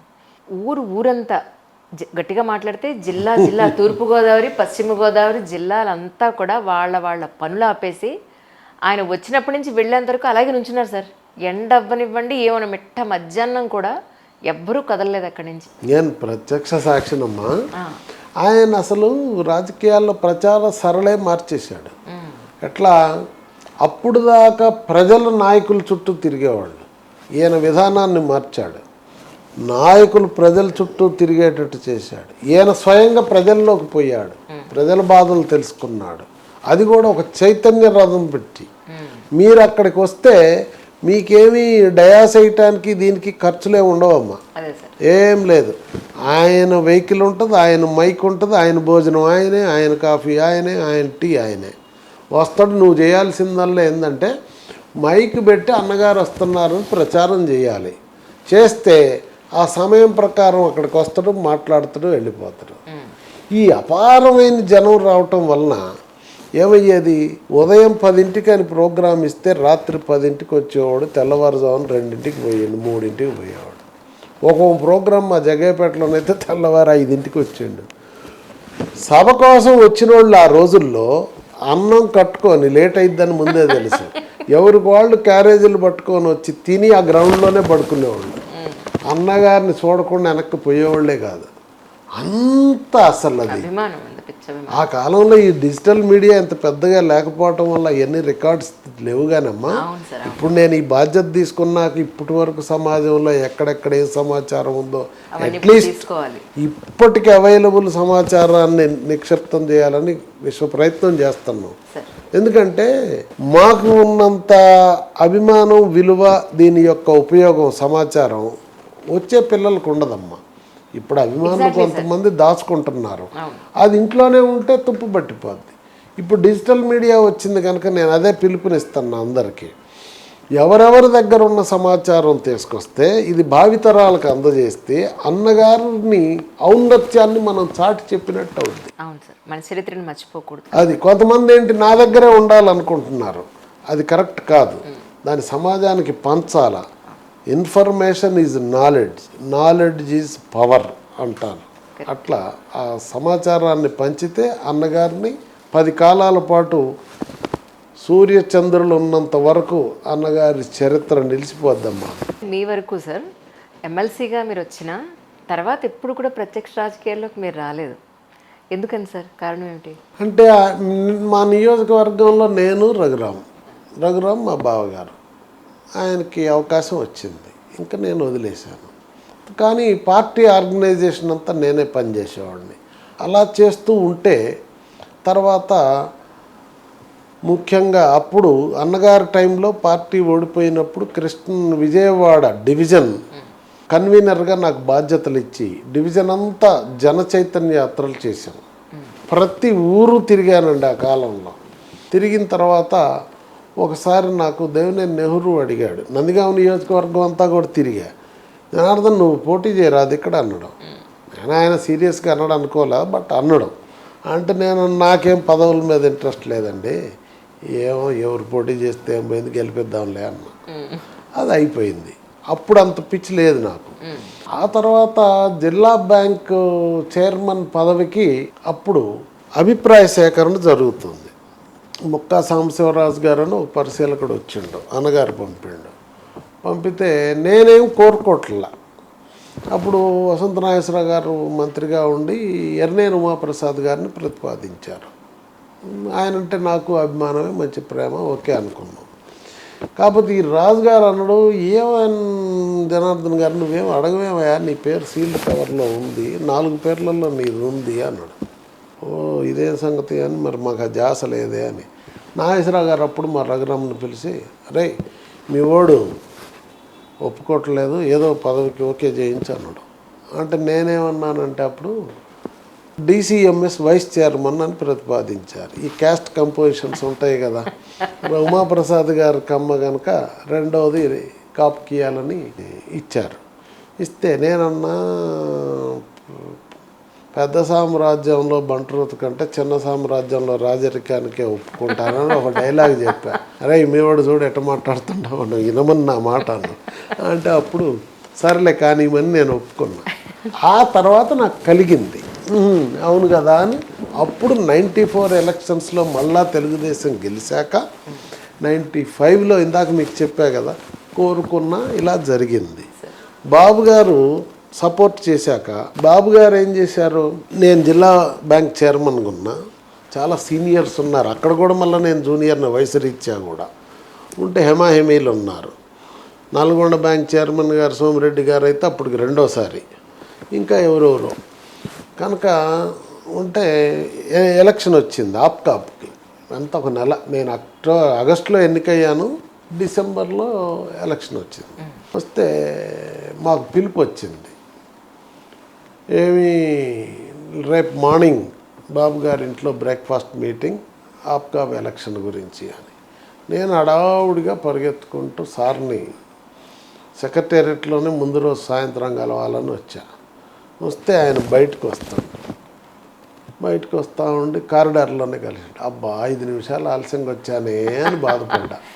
చూడంగానే ఆయన ఏం జనార్దన్ ఏంటన్నాడు, సార్ మిమ్మల్ని కలవాలన్నా, రేపు వస్తావు కదా ఇంటి దగ్గర మాట్లాడదాం అన్న. అది ఎట్లా అని, సరే కానీ ఏం చేస్తాం రేపు పొద్దున్నే చూడొచ్చు అనుకున్నాక పొద్దున్న ఇంటికి వెళ్ళాము. సార్ వచ్చి మీ అందరు మాట్లాడుకొని ఒకళ్ళని పెట్టుకుంటారా చెప్పండి అన్నాడు. ఎవరు చెప్తారు, అందరికీ కావాలనే ఉంటుంది, అందరికీ అర్హతే ఉంది. 22 బ్యాంకుల్లో 21 టీడీపీ, 22వది బొత్స సత్యనారాయణ, ఆయన విజయనగరం బ్యాంక్ చైర్మన్. సరే అయితే అప్పుడు సార్ కొంతసేపు అయిన తర్వాత సరే ఒకళ్ళు రండి మాట్లాడతానని లోన కూర్చొని మాట్లాడి అందరు మాట్లాడిన తర్వాత బయటకు వచ్చి, అప్పుడు సుద్దాల దేవయ్య గారు ఈ మంత్రి కోఆపరేటివ్ మినిస్టరు, మాధవరెడ్డి గారు కూడా ఉన్నాడు అందులో. సరే ఉన్న తర్వాత నాకు అవకాశం ఇచ్చారు. ఇస్తే నమస్కారం అని చెప్పా. అప్పటి నుంచి ఇక అప్పుడేమైంది, ఎలక్షన్స్ మళ్ళా 5 ఏళ్ళకి ఒకసారి జరగాలి ఆప్కాప్కి కూడా. అప్పుడు ఎలక్షన్స్ జరగనందువలన నాకు 9 సంవత్సరాలు పనిచేసే అవకాశం వచ్చింది. ఆ విధంగా బ్యాంక్ చరిత్రలో కూడా అత్యధికంగా పనిచేసింది నేనే. అక్కడ పనిచేసిన వాళ్ళంతా హెమాహెమీలు ఉన్నారు. సరే అవకాశం వచ్చింది, పనిచేసాం. ఈ లోపల సార్ ఏం చేసినారు, ఎన్నికలు వస్తే 99 ఎన్నికలు వచ్చినాయి. 95లో అయ్యా లేదు, 99 అయిపోయింది. 99లో మళ్ళా మనమే గెలిచాం. గెలిచిన తర్వాత అప్పుడు నేను హెచ్ఆర్డి పార్టీకి ఏ పదవిలో ఉన్నా పార్టీ పని చేస్తూనే ఉండేవాడిని. బ్యాంక్ చైర్మన్ అయిన తర్వాత కూడా పార్టీ నన్ను అట్లా గుర్తించింది, వీడు కరెక్ట్గా చేస్తాడని ఏదో అభిప్రాయం. బాబు గారు అసలు 87లోనే పార్టీ కమిటీలో శిక్షణా శిబిరాలు జరిగినాయి. అప్పుడు మండల పార్టీ ఎన్నిక జరగాలంటే ఇప్పట్లా కాదమ్మా, 3 రోజులు శిక్షణ ఉండేది. 3 రోజులు పార్టీ చరిత్ర కానీ, ప్రభుత్వ వ్యవహారాలు కానీ, ప్రతిపక్ష ఇది కానీ అన్నీ చెప్పిన తర్వాత లీడర్లకి, క్యాడర్కి, మండల లెవెల్లో గ్రామ స్థాయి నుంచి వచ్చిన వాళ్ళందరికీ 3వ రోజు కానీ ఎన్నిక ఉండేది. 2 రోజులు శిక్షణే ఉండేది పూర్తిగా. 3వ రోజు ఎన్నిక జరిగేది. అట్లా ఒక రెవెన్యూ డివిజన్కి ఒక క్యాంపు పెట్టారు. నన్ను కాలువ బుగ్గ క్యాంపుకి పంపించారు కర్నూలు. అప్పుడు అది బాంబులు సీమ. అసలు ఎమ్మెల్యేలు చెప్పిన టైంకి శిబిరానికి వచ్చేవాళ్ళు కాదు, పోయేటప్పుడు చెప్పి పోయేవాళ్ళు కాదు. ఏంది ఇదంతా? మరి మనకంటే డిసిప్లిన్ హాజరేయమంటున్నారు పైనుంచి. ఈ మాట నేను చెబుతానుడా, నువ్వు హాజరైతే మా ప్రాణం బద్ది, నువ్వు ఆగవా బాబు, టైంకి ఈమె కుదరదేడా, మేము ఎప్పుడు వస్తాం పోతాం, మొత్తానికి వచ్చిపోతాం అని చెప్పారు. ఓ ఇట్టుంది వ్యవహారం అనుకొని మొట్టమొదటి 10 రోజులు ఇల్లు వదిలిపెట్టి నా లైఫ్లో ఫస్ట్ టైం అక్కడ ఉండి నిర్వహించి వచ్చా. బాబు గారు అప్పటి నుంచి నాకు పార్టీ పనులు అప్పచెప్పేవాళ్ళు. అప్పుడు ఆయన గండిపేటలో ప్రధాన కార్యదర్శిగా ఉండి 89లో ఆయన 85లో ఆయన కంటెస్ట్ చేయలేదుగా, కంటెస్ట్ చేయకుండా పార్టీ నిర్మాణానికి పనిచేశాడు. పనిచేసి మళ్ళీ 89లో కంటెస్ట్ చేశాడు. ఆ పని చేసినప్పుడు కూడా నాకు పనులు అప్పచెప్తుండేవాడు సార్. ఈస్ట్ గోదావరి వెస్ట్ గోదావరికి పరిశీలకుడిగా కొన్ని సంవత్సరాలు పనిచేశాను. ఆ తర్వాత హైదరాబాద్ నగరానికి పరిశీలకుడిగా పనిచేశా. ఇక్కడ అప్పుడు కృష్ణారెడ్డి మేయర్ ఎన్నిక జరిగినప్పుడు నేనే ఇక్కడ పరిశీలకుడిగా. రాత్రంతా మేము లాల్జాన్ బాషా గారు, నేను, వైస్రాయ్ ప్రభాకర్ రెడ్డి గారు ఆ పాలిట్ బ్యూరో రూమ్లో నిద్రపోయేవాళ్ళం. పడుకొని అసెంబ్లీ 99 ఎన్నికలు అట్లే చేసాం. ఆ తర్వాత ఈ కూడా అట్లే చేసాం. చేసినప్పుడు ఆ తర్వాత చిత్తూరులో పార్లమెంట్ ఎన్నిక జరిగితే అప్పుడు మీసాలు ఉంటాయి, మన అమర్నాథ్ రెడ్డి గారు వాళ్ళ ఫాదర్ రామకృష్ణారెడ్డి గారు, ఆయన ఎమ్మెల్యేగా ఎన్నికైనందువలన బ్యాంక్ ఎలక్షన్ వచ్చింది. ఆయన్ని మళ్ళా బై ఎలక్షన్ వచ్చింది. బై ఎలక్షన్ వస్తే ఆ ఎన్నికలకు పోయా. అట్లా ఎక్కువగా పార్టీ పరిశీలకుడుగా పార్టీ ఆదేశాలు ఇచ్చేది బాబు గారు ఎక్కువగా ఇన్వాల్వ్ చేసేవాడు నన్ను. చివరికి 99 ఎన్నికల్లో శిక్షణా శిబిరాలు ఈ బిల్డింగ్ కట్టాక పెద్ద ఎత్తున జరిగినాయి. అప్పుడు కేసీఆర్ గారు నేను కలిసి అందులో పనిచేసాం. మేమిద్దరం ఒక టీము పనిచేసాం. మేము గవర్నర్ బంగ్లా వెనక ఒక బంగ్లా ఉండేది, అందులో ఉండి పొద్దున్న నుంచి సాయంత్రం దాకా ప్రచార అస్త్రాలు తయారు చేసేవాళ్ళం. చేశాక సాయంత్రం 7ంటికి సార్ ఇంటికి వచ్చేటప్పుడు మాకు ఫోన్ వచ్చేది. ఇంటి దగ్గర మేము వచ్చి కూర్చుంటే వచ్చి ఇది బాగుంది, ఇది మార్చండి, ఇది మార్చండి అని చెప్పేవాళ్ళు. బాబు గారు 7 to 8 మాతో మాట్లాడి లోనికి వెళ్ళిపోయేవాళ్ళు. అప్పుడు 99 ఎన్నికల్లో ఆ శిక్షణా శిబిరాలే కీలక పాత్ర వహించినాయి. అప్పుడు రాజశేఖర రెడ్డి గారు వాళ్ళు మా ప్రభుత్వమే వస్తుందని క్యాబినెట్ని కూడా ఊహించుకున్నారు, గుర్తుండి ఉంటుంది. కానీ మేము గెలిచాం.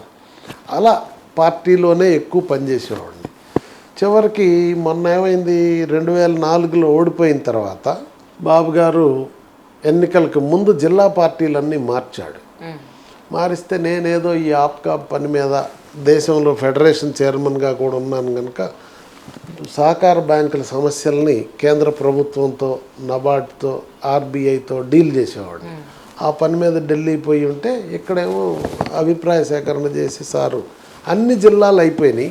పొద్దున 7ంటికి ఈటీవీ న్యూస్, రాత్రి 9ంటికి ఈటీవీ న్యూస్ మెయిన్. చూస్తే కృష్ణా జిల్లా గ్యాప్ ఉంది, మిగిలినవన్నీ అయినాయి. ఎవరిని పెట్టలేదు కదా అనుకున్నాక 7కి న్యూస్ అయిపోయింది. 8కి నాకు కాల్ వచ్చింది. ప్రభాకర్ రెడ్డి గారు ఫోన్ చేసిండు. ఏమంటే ఉమారెడ్డి కూడా అప్పుడు మనతోనే, ఆయన ఫోన్ చేసి నిన్ను బాబు గారు సెక్రటేరియట్కి పోయే లోపల ఇంటికి రమ్మన్నారు, కలవమన్నారంటే ఏంది మనకి ఏందో అవును ఉంటుంది కదా, అదిలా సార్ రమ్మన్నాడు అంటే ఏందో విషయం చెప్పండి. మేమేం కాదు ఆయనే చెప్తాడు పో అన్నాడు. అడిగిపోతే జనార్దన్ నిన్ను కృష్ణా జిల్లా అధ్యక్షుడిగా పంపాలనుకుంటున్నాను సార్, ఇది చాలా కష్టమైన పనిగా సార్, నేనెందుకు సార్ చాలామంది ఉన్నారు, నేను స్టేట్ లెవెల్లో చేస్తున్నాను కదా. లేదా నీకు ఏకాభిప్రాయం రాలేదు, ఎవరికి నీకే వచ్చింది, వెళ్ళాను. సరేనండి వెళ్ళాను. అది అయిపోయింది. ఆ ఎన్నికలు అయిన తర్వాత మన ప్రభుత్వం పోయింది. 12ంటి న్యూస్కి తేలిపోయినాయి. 1 గంట 1:30కి నేను బంటుమల్లిలో ఉన్నా. అక్కడ నుంచి ఫోన్ చేశా సార్కి. చేస్తే ఏంటన్నాడు, సార్ రిజైన్ చేసేస్తాను సార్ పదవి కన్నా. ఏమి అన్నాడు. మీరు ఇచ్చిన పదవి మీరు లేనప్పుడు నేను ఉండను సార్ అన్నా. వెయిట్ చేద్దాం, ఉండు, తొందర ఏంది అన్నాడు. మళ్ళా సాయంత్రం చేశాను 4ంటికి. చేస్తే ఓకే జనార్దన్ చేసేయన్నాడు. వెంబడే స్ట్రైట్గా ఏమీ చూసుకోలే. నేను స్ట్రైట్గా మచిలీపట్నం పోయినా, రాత్రి 7ంటికి ప్రెస్ మీట్ పెట్టా, రిజైన్ చేశా. First man in the entire state వాలంటరీగా రిజైన్ చేసింది. చరిత్రలో కూడా చూసుకోండి, సేమ్ రిజల్ట్స్ వచ్చిన రోజే. ఎక్కడా బహుశా చేసి ఉండరు ఎవరు. చేసేసి ఆ కారు అక్కడ పడేసి అద్దె కారు వేసుకొని ఇంటికి వెళ్ళిపోయారు. ఆ విధంగా నడిచింది. నడిచిన తర్వాత కొన్నాళ్ళు అయిన తర్వాత సారు నన్ను మళ్ళీ హైదరాబాద్ పిలిచి మానవ వనరుల విభాగంలో పనిచేయమన్నారు. అందులో నేను, విద్యాధర్రావు గారు ఇట్లా కొంతమంది పనిచేసాం. అప్పుడు ఓడిపోయి ఉన్నాం కదా, మున్సిపాలిటీలకి శిక్షణా శిబిరాలు చేసాం. ఆ శిక్షణా శిబిరాల్లో అందరినీ బాగా ట్రైన్ చేసాం. అన్నీ అయిపోయినాయి. అయిపోయిన తర్వాత కొన్నాళ్ళు అయిన తర్వాత హెచ్ఆర్డి చైర్మన్గా ఉండి నేను కింద సెల్లార్లో ఉండేది రూము, అందులో కూర్చొని ఉండేవాడిని. రోజు సార్ పార్టీ ఆఫీస్కి వచ్చేవాడు, ఉదయం వచ్చేవాడు, సాయంత్రం దాకా అక్కడే ఉండేవాడు. మధ్యాహ్నం ఒక అరగంట నాప్ వేసేవాడు, భోజనం కూడా అక్కడే తినేవాడు.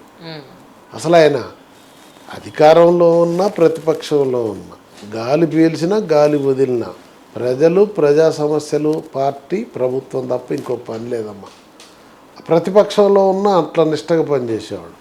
అప్పుడు పరిటాల రవి హత్య జరిగింది. మేము అన్ని జిల్లాలకి పరిశీలకులని సమావేశాలకు పంపించాం. పంపిస్తే ఆ హత్య జరిగింది. ఎవరున్నారు పార్టీ ఆఫీస్లో అంటే కింద జనార్దన్ ఉన్నాడు. నేను కూడా టైంకి పోయి సాయంత్రం దాకా ఉండేవాడిని. అంటే పైకి పిలిచి ఈ జిల్లాలన్నిటితో మాట్లాడి ఇవన్నీ చూడమన్నాడు. మాట్లాడాను, అయిపోయింది. కొద్ది రోజుల తర్వాత ఏం చేశాడంటే జిల్లా ఆఫీస్ సెక్రటరీగా పనిచేయాలా జనార్దన్ అని చెప్పాడు. చెప్తే సార్ ఇది ఇందాక మీరు అన్నారే అందరు సూప్ ఉంటుందని, ఈ ఆఫీస్ సెక్రటరీ అంటే నరదృష్టి ఉంటుంది, నరఘోష ఉంటుంది, చాలా టఫ్ జాబ్. నాకు వద్దులేండి సార్, ఇంకెవరు నన్ను పెట్టండి ఇక్కడికి తెలంగాణ వాళ్ళని అన్నాక సరే ఆలోచిస్తాను అన్నాడు. అన్నాక మళ్ళీ నెల తర్వాత కవర్ చేశాడు. జనార్దన్ నువ్వు ఉండు, నేను చెప్తున్నా అన్నాడు. 3 నెలల్లో మహానాడు జరుగుద్ది, మారుద్దాంలే అన్నాడు. సరే నమస్కారం ఉన్నాను. ఇంకా ఆయన రెండోసారి చెప్పాక తిరిగే ఉంది. ఉన్న తర్వాత ఇక ఆ రోజు కలయిక అట్లా జరిగితే ఆ 3 నెలలు పోయి ఇప్పటి వరకు day in and day out ప్రతిరోజు పార్టీ పనే, సార్ ఆదేశాలని పార్టీకి తెలియజేయటం, పార్టీ జరిగిన పనితీరుని. అప్పుడు 23 జిల్లాలు ఉన్నాయి. నేను సాయంత్రానికి 23 జిల్లాలు మాట్లాడి రాజకీయ కార్యకలాపాలు ఎక్కడికక్కడ నోట్ చేసి పంపించేసేవాడు. అప్పుడు ఇన్ని వ్యవస్థలు లేవు. అప్పుడు ప్రోగ్రామ్ కమిటీని పర్యవేక్షించేవాడిని, ఇన్ఫర్మేషన్ సెంటర్ని పర్యవేక్షించేవాడిని, కంప్యూటర్ విభాగాన్ని చేసేవాడిని, ఆఫీస్ కార్యకలాపాలు చూసేవాడిని. ఇలా అన్నిటికీ సింగిల్ మ్యాన్ కోఆర్డినేషన్గా పెట్టాడు బాబు గారు. పెడితే అన్ని పనులు సాయంత్రానికి చేసి అప్పచెప్పేసి అట్లా గడిచింది. అందువలన బాధ్యతలు తీసుకుంటే ఇన్ని అడ్మిన్ కార్యక్రమాలు చేస్తే అసలు ఫ్యామిలీకి మీరు టైం ఇచ్చారా సార్? మేడం అడగాలి నా ప్రశ్న. అయితే బాబు గారు ఎట్లా పనిచేశాడో మేమంతే.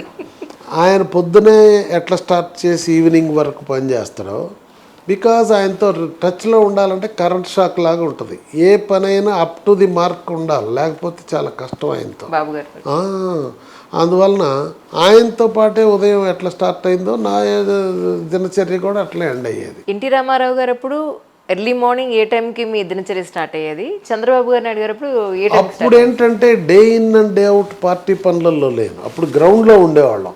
కాకపోతే కలవటానికి వస్తే 5ంటికి పోయేవాళ్ళం.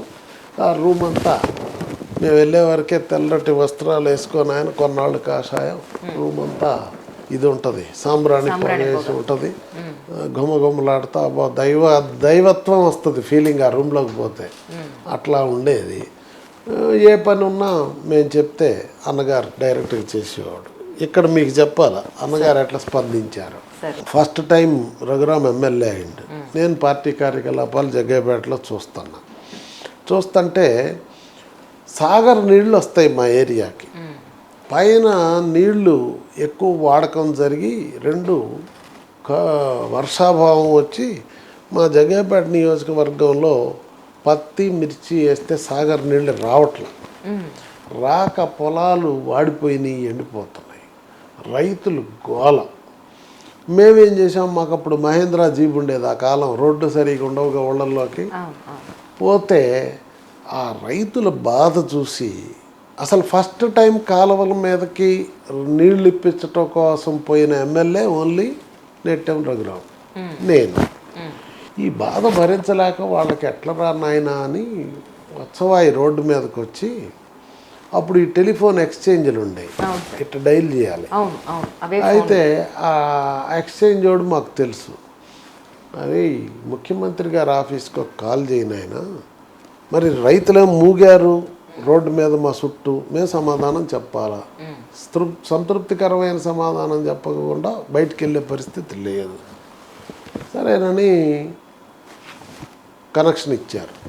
ముఖ్యమంత్రి గారే లైన్లోకి వచ్చారు. ఏం రఘురామ్ ఏంటి అన్నగారు, ఇట్లా నీళ్లు రావట్లేదు, పొలాలు ఎండిపోతున్నాయి, రైతులు గొడవ ఉంది, ఇంతమంది ఉన్నారు, పొలాన్ని దగ్గర ఉన్నారు. అదేమి నీరు అందజేసేది మనం కదా, అలా ఎందుకు జరుగుతుంది, నేను చూస్తాను, పొద్దునే రండి అన్న. నమస్కారం వాళ్ళకి చెప్పాం, అన్నగారు రమ్మనడానికి బయలుదేరి తెల్లారుజామున 5ంటికి వెళ్ళిపోయారు.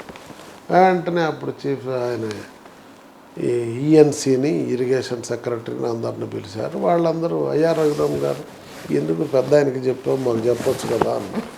అంటే అయ్యా మీ ఎస్సీ గారికి చెప్పి తిరిగి తిరిగి ఆ టేకులపల్లి మాకు ఇదైంది, నీళ్ళు ఏం రావటం లేదు, ఏం చేయాలి మేము అంటే, సరే ఓకే అన్నగారు వచ్చాడు మాట్లాడు. ఏం రఘురామ్ ఏంటి చెప్పు విషయం.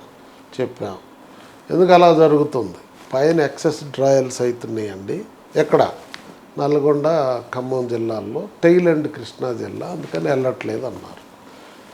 మరి ఏం చేయాలి, పైన పెట్రోలింగ్ పెట్టాలండి, పోలీస్ పెట్రోలింగ్ పెడితేనే అవుద్ది. ఎస్ పెట్టండి, కలెక్టర్ని ఎస్పీని కాలువ మీదకి వెళ్ళమనండి అని ఆదేశాలు ఇచ్చాడు. Finish. First time in the history, Sagar కాలువల చరిత్రలో, బహుశా ఏ కాలువకైనా కావచ్చు, నల్గొండ నుంచి ఖమ్మం వరకు, అక్కడ ఖమ్మం కలెక్టర్ ఎస్పీ, ఇక్కడ నల్గొండ ఎస్పీ కలెక్టర్ పోలీసులు తీసుకొని రోడ్డు మీదకి వచ్చారు. సరిపోని నీళ్ళు ఇచ్చి ఎక్సెస్ నీళ్లు మొత్తం కిందకి పంపించారు. అప్పుడే అన్నాడు, టైలాండ్ చెప్పండి అన్నాడు. దాములూరు అని చెప్పాం. దాములూరులో వాటర్ వచ్చాక మళ్ళీ మాకు రిపోర్ట్ చేయండి అన్నాడు అన్నగారు. ఫినిష్. వారం రోజుల్లో దాములూరుకి నీళ్ళు వచ్చినాయి. అట్లా మేము ఆ రోజు చేసిన ఒక్క ఫోన్ కాల్ అన్నగారు రెస్పాండ్ అయిన తీరుకి రెండోసారి మేము గెలవటం చాలా సులభం అయిపోయింది. మాకు రైతాంగం ముద్ర పడిపోయింది. కానీ డైరెక్ట్గా ఆ రోజు మీరు రామారావు గారికి మీరు ఫోన్ చేయగలరు. ఈరోజు నిజంగా చంద్రబాబు నాయుడు గారికి డైరెక్ట్గా మీ ఆ యాక్సెస్ ఒక సమస్య ఉంది అంటే డైరెక్ట్గా ఆయనతో మాట్లాడి డైరెక్ట్గా సమస్యని పరిష్కరించగలిగే అలాంటి పరిస్థితులు ఉన్నాయా సార్ రైట్ నౌ? ఇప్పుడు కూడా బాబు గారి విషయంలో అంతే. బాబు గారి విషయంలో చెప్తే ఆ తీవ్రతను బట్టి ఆయన లైన్లోకి వచ్చేస్తాడు. ఆన్లైన్ ఇమీడియట్గా ఆయన చెప్తారు కదా, ఆన్లైన్ రియల్ టైం పనిచేయాలి మనం అని చెప్తారు. ఎప్పటికైనా డిలే ఆయన సహించడు వీలైనంత వరకు. అది ఉంది. మిగిలిన ముఖ్యమంత్రుల విషయంలో ఏముందో కానీ తెలుగుదేశం పార్టీలో ఇప్పటి వరకు ఆనాడు అన్నగారు కానీ ఈరోజు బాబు గారు కానీ ప్రజలన్నా ప్రజా సమస్యలన్నా ఆ ప్రత్యేకమైన ధోరణి కొనసాగుతూనే ఉంది. సార్ మొన్న ఎలక్షన్స్ మాత్రం ఒక ట్రెమెండస్ రిజల్ట్ అది గట్టిగా చెప్పాలంటే. ఇప్పుడు ఎస్పెషల్లీ ప్రజల్లో ఉన్న డౌట్ ఏంటంటే తెలంగాణలో టీడీపీ బలపడే అవకాశం ఉందా, ఉంటే ఎప్పటి వరకు బలపడుతుంది అనేది. డెఫినెట్గా బలపడుద్దమ్మా. ఇక్కడ ఏంటంటే రాబోయే ఎన్నికల్లో నా ఊహాగానం ఏంటంటే అదే ప్రయోగం ఇక్కడ జరుగుద్ది. ఎన్డీఏ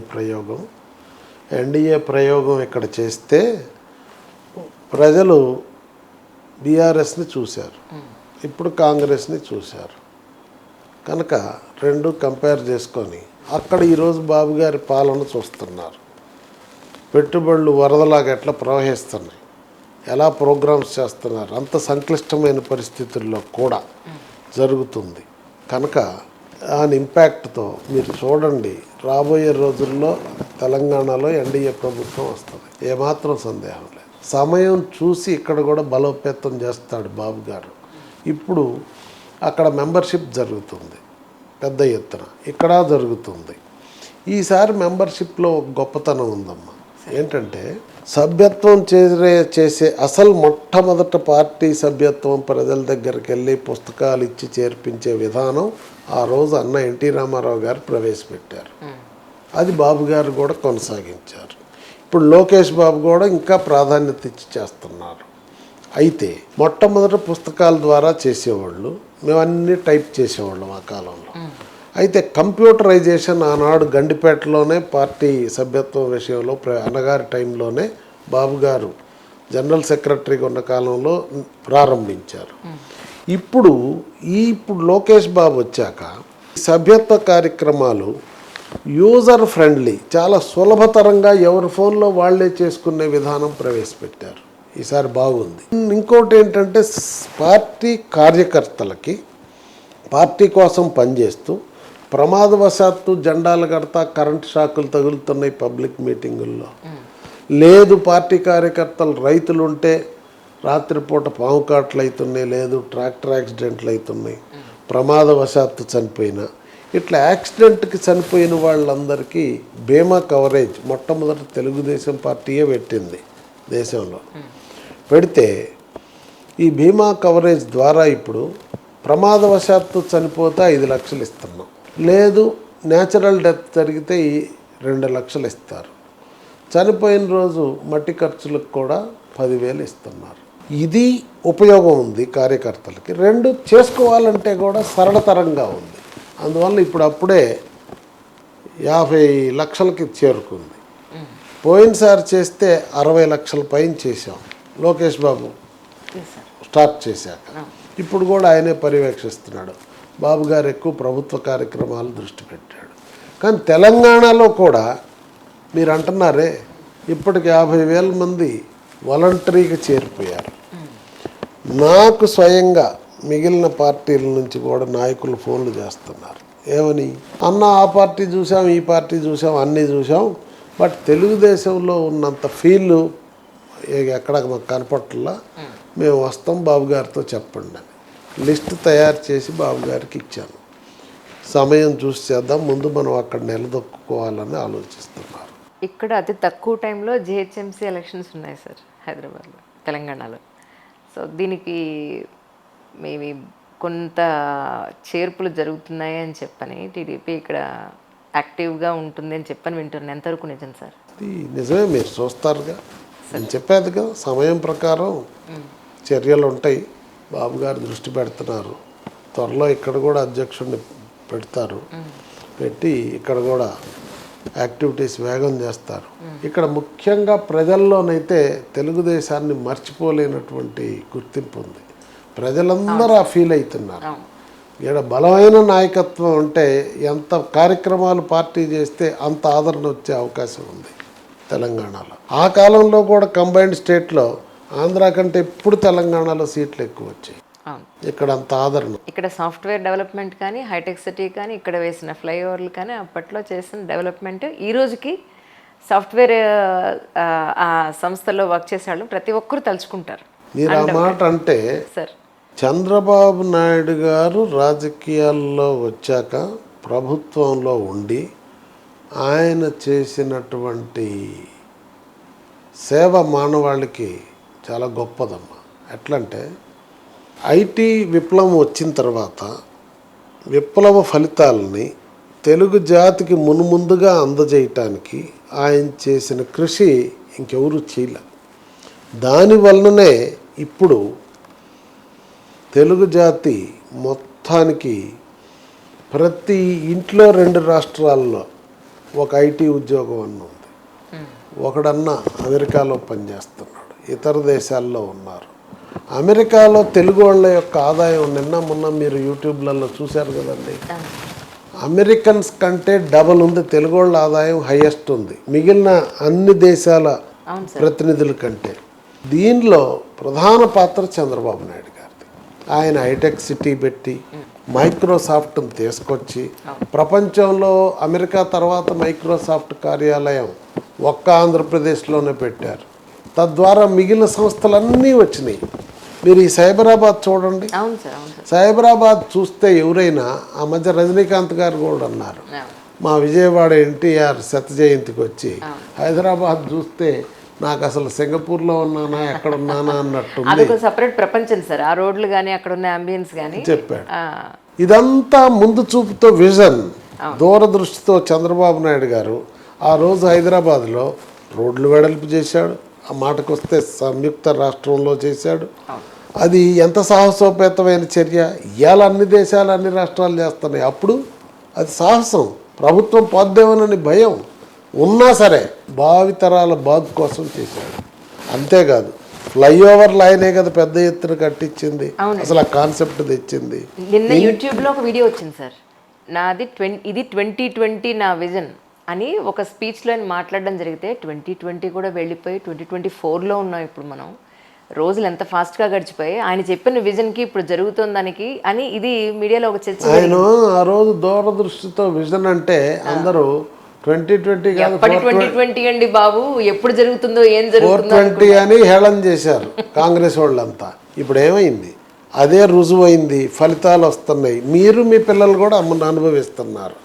ఇప్పుడు హైదరాబాద్కి చూడండి, రింగ్ రోడ్డు ఒక మణిహారం.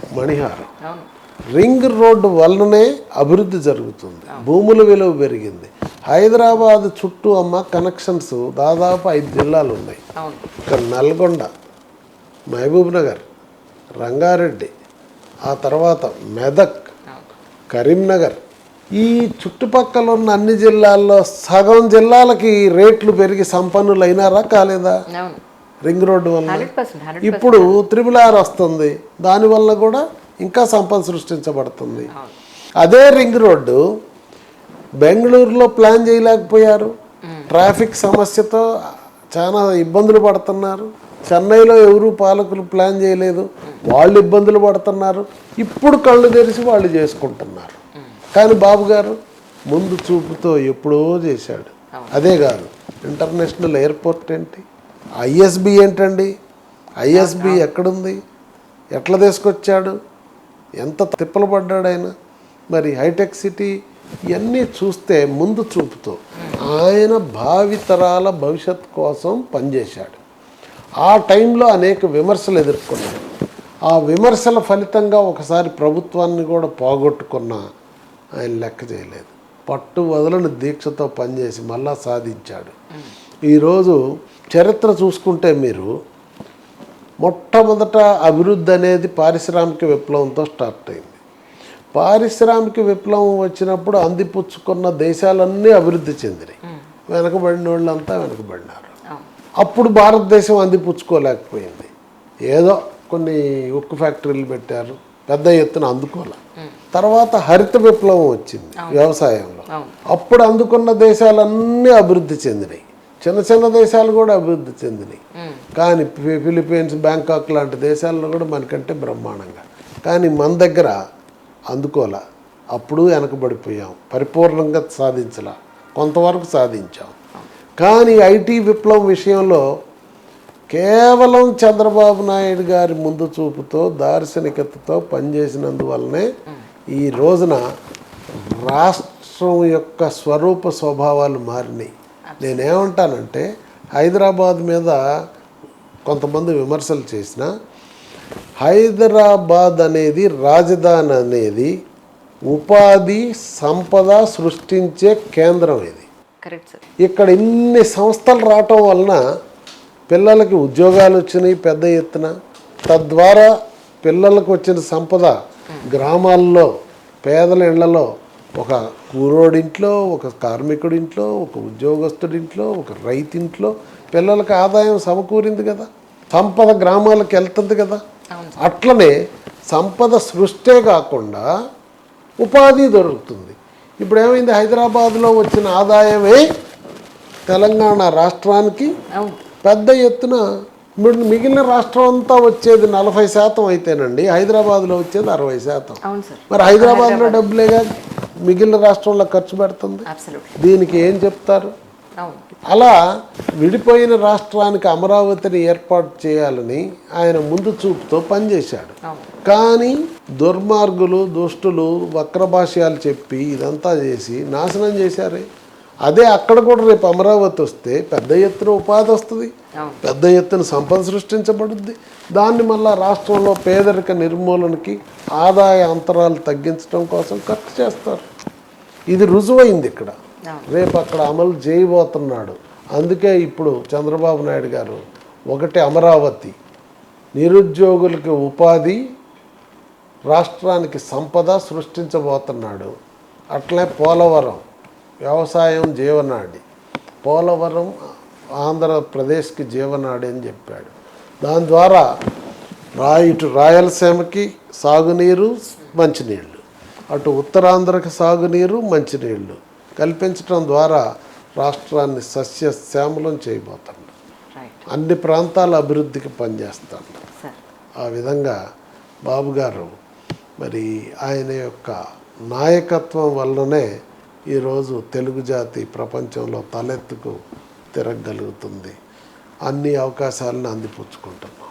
కానీ సార్, ఎన్టీ రామారావు గారితో మీరు అన్నేళ్ల పాటు కలిసి పనిచేసిన తర్వాత ఆయన హయాంలో ఆయనతోటి అంత క్లోజ్గా మళ్ళీ ఎప్పుడైతే వాళ్ళ మధ్య కొంచెం స్ప్లిట్ అయిందో ఆ టైంలో మళ్ళీ మీరు చంద్రబాబు నాయుడు గారి దగ్గరికి వచ్చినప్పుడు ఎలా నమ్మకాన్ని చూరగన్నారు? ఎందుకంటే నిన్న మొన్నటి వరకు ఎన్టీ రామారావు గారితో ఉన్నారు, ఇప్పుడు నా పక్షాన్ని ఎలా ఉంటారు అనే ప్రశ్న ఆయనలో రాలేదు కదా సార్? ఎలా రాకుండా ఉంది? ఏ రోజు నేను పదవాసించి పనిచేయలేదు, ఏదో అయిద్దని చేయలే.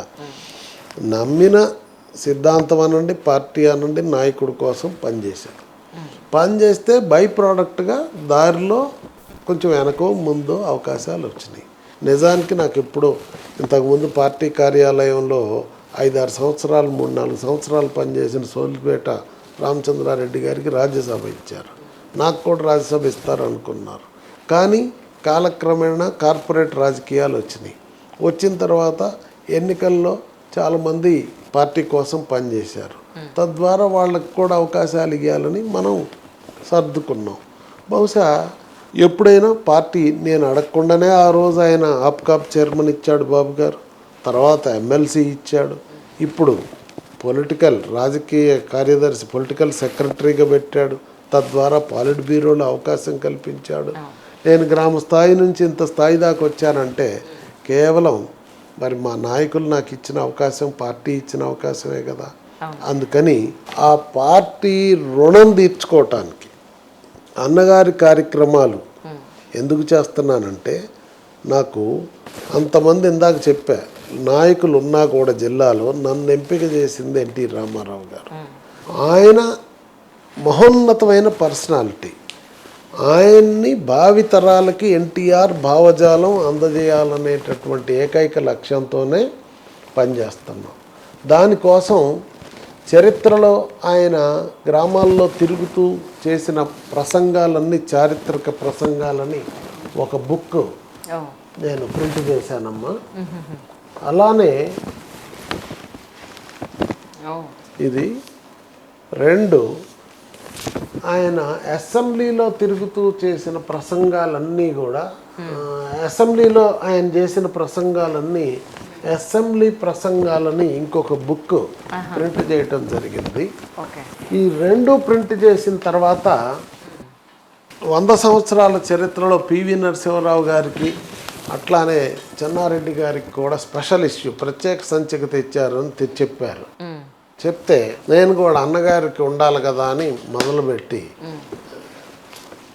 ఇది ప్రత్యేక సంచిక తీసుకొని రావటం జరిగింది, శకపురుషుడు. ఈ విధంగా ఈ పుస్తకాలు రాయించడంతో పాటు అన్నగారి భావజాలాన్ని భావితరాలకు అందజేయటానికి అన్న ఎన్టీఆర్ యూట్యూబ్ ఛానల్ కూడా ప్రారంభిస్తే 2 నెలల్లో అనూహ్యమైనటువంటి ఆదరణ కనపడుతుంది. 50 లక్షల మంది పైన వ్యూవర్స్ వచ్చారు. 15,000 మంది సబ్స్క్రిప్షన్స్ 2 నెలల్లోనే వచ్చారు. ప్రజలు గొప్పగా ఆదరిస్తున్నారు. అన్నగారు అప్పటి నుంచి ఇప్పటి వరకు సినిమాల్లో చేసినది కానీ, రాజకీయాల్లో ప్రజలకు సేవ చేసిన అంశాలు కానీ పెద్ద ఎత్తున మేము అందజేస్తూ ఉంటే ప్రజలు చూసి గుర్తు చేసుకుంటున్నారు. ఇప్పుడు మొత్తం చరిత్ర ఒకసారి చూస్తే అమ్మా, తెలుగుదేశం అసలు పార్టీ చరిత్ర చూస్తే తెలుగుదేశం పార్టీ ముందు, తెలుగుదేశం పార్టీ తర్వాత అని చరిత్రను చదువుకోవాల్సిన పరిస్థితి వస్తుంది భావితరాలకి. మనకు ఎట్లయితే కాలమానాన్ని కొలుస్తూ క్రీస్తు పూర్వం క్రీస్తు తర్వాత అంటారో, శకం అంటారో, అలానే రాజకీయాల్లో తెలుగుదేశం ముందు, తెలుగుదేశం తర్వాత, ఎన్టీఆర్ ముందు, ఎన్టీఆర్ తర్వాత అని చరిత్ర రాసుకోవాల్సిన పరిస్థితి ఉంది. సినిమాల్లో కూడా ఆ మాటకు వస్తే ఎన్టీఆర్ ముందు, ఎన్టీఆర్ తర్వాత. ప్రభుత్వంలో కూడా ఎన్టీఆర్ ముందు, ఎన్టీఆర్ తర్వాత అని కొట్టొచ్చిన తేడా ఉందమ్మా. కొట్టొచ్చిన ముద్ర వేశాడు ఎన్టీ రామారావు గారు. ఆ విధంగా చరిత్ర సృష్టించిన చరిత్ర పురుషుడి యొక్క గొప్పతనాన్ని కేవలం ఆయన ఔన్నత్యానికి సరిపోయిన విధంగా భావితరాలకి భావజాలం అందజేయాలనే ఒక ఫేస్బుక్, యూట్యూబే కాదమ్మా, జైఎన్టీఆర్ వెబ్సైట్ పెట్టాను, జైఎన్టీఆర్ ఫేస్బుక్ పెట్టాం.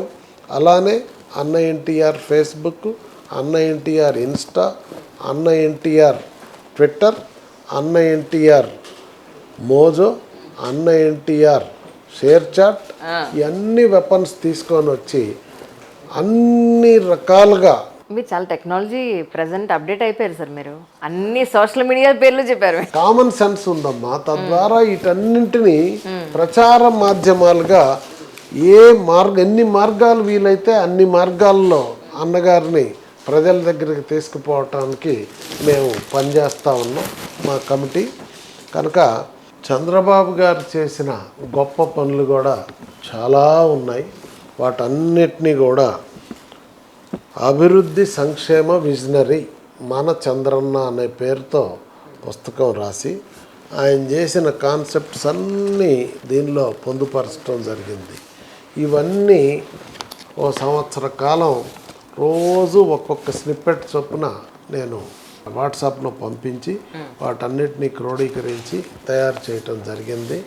ఇది ఈ రోజున పుస్తకాలు అన్న బాబు గారి మీద రాసేవాళ్ళంతా ఇది ఒక రెఫరెన్స్ బుక్ లాగా వాడుకుంటా ఉన్నారు. చాలా ఉపయోగపడుతుంది. అంతేకాకుండా ఆయన కాన్సెప్ట్స్, ఇందాక నేనన్నా అనే విజన్ ఎంత దూరదృష్టితో ఆలోచిస్తారని మహాస్వాప్నికుడు అనే పుస్తకాన్ని కూడా మరి రచించటం జరిగింది.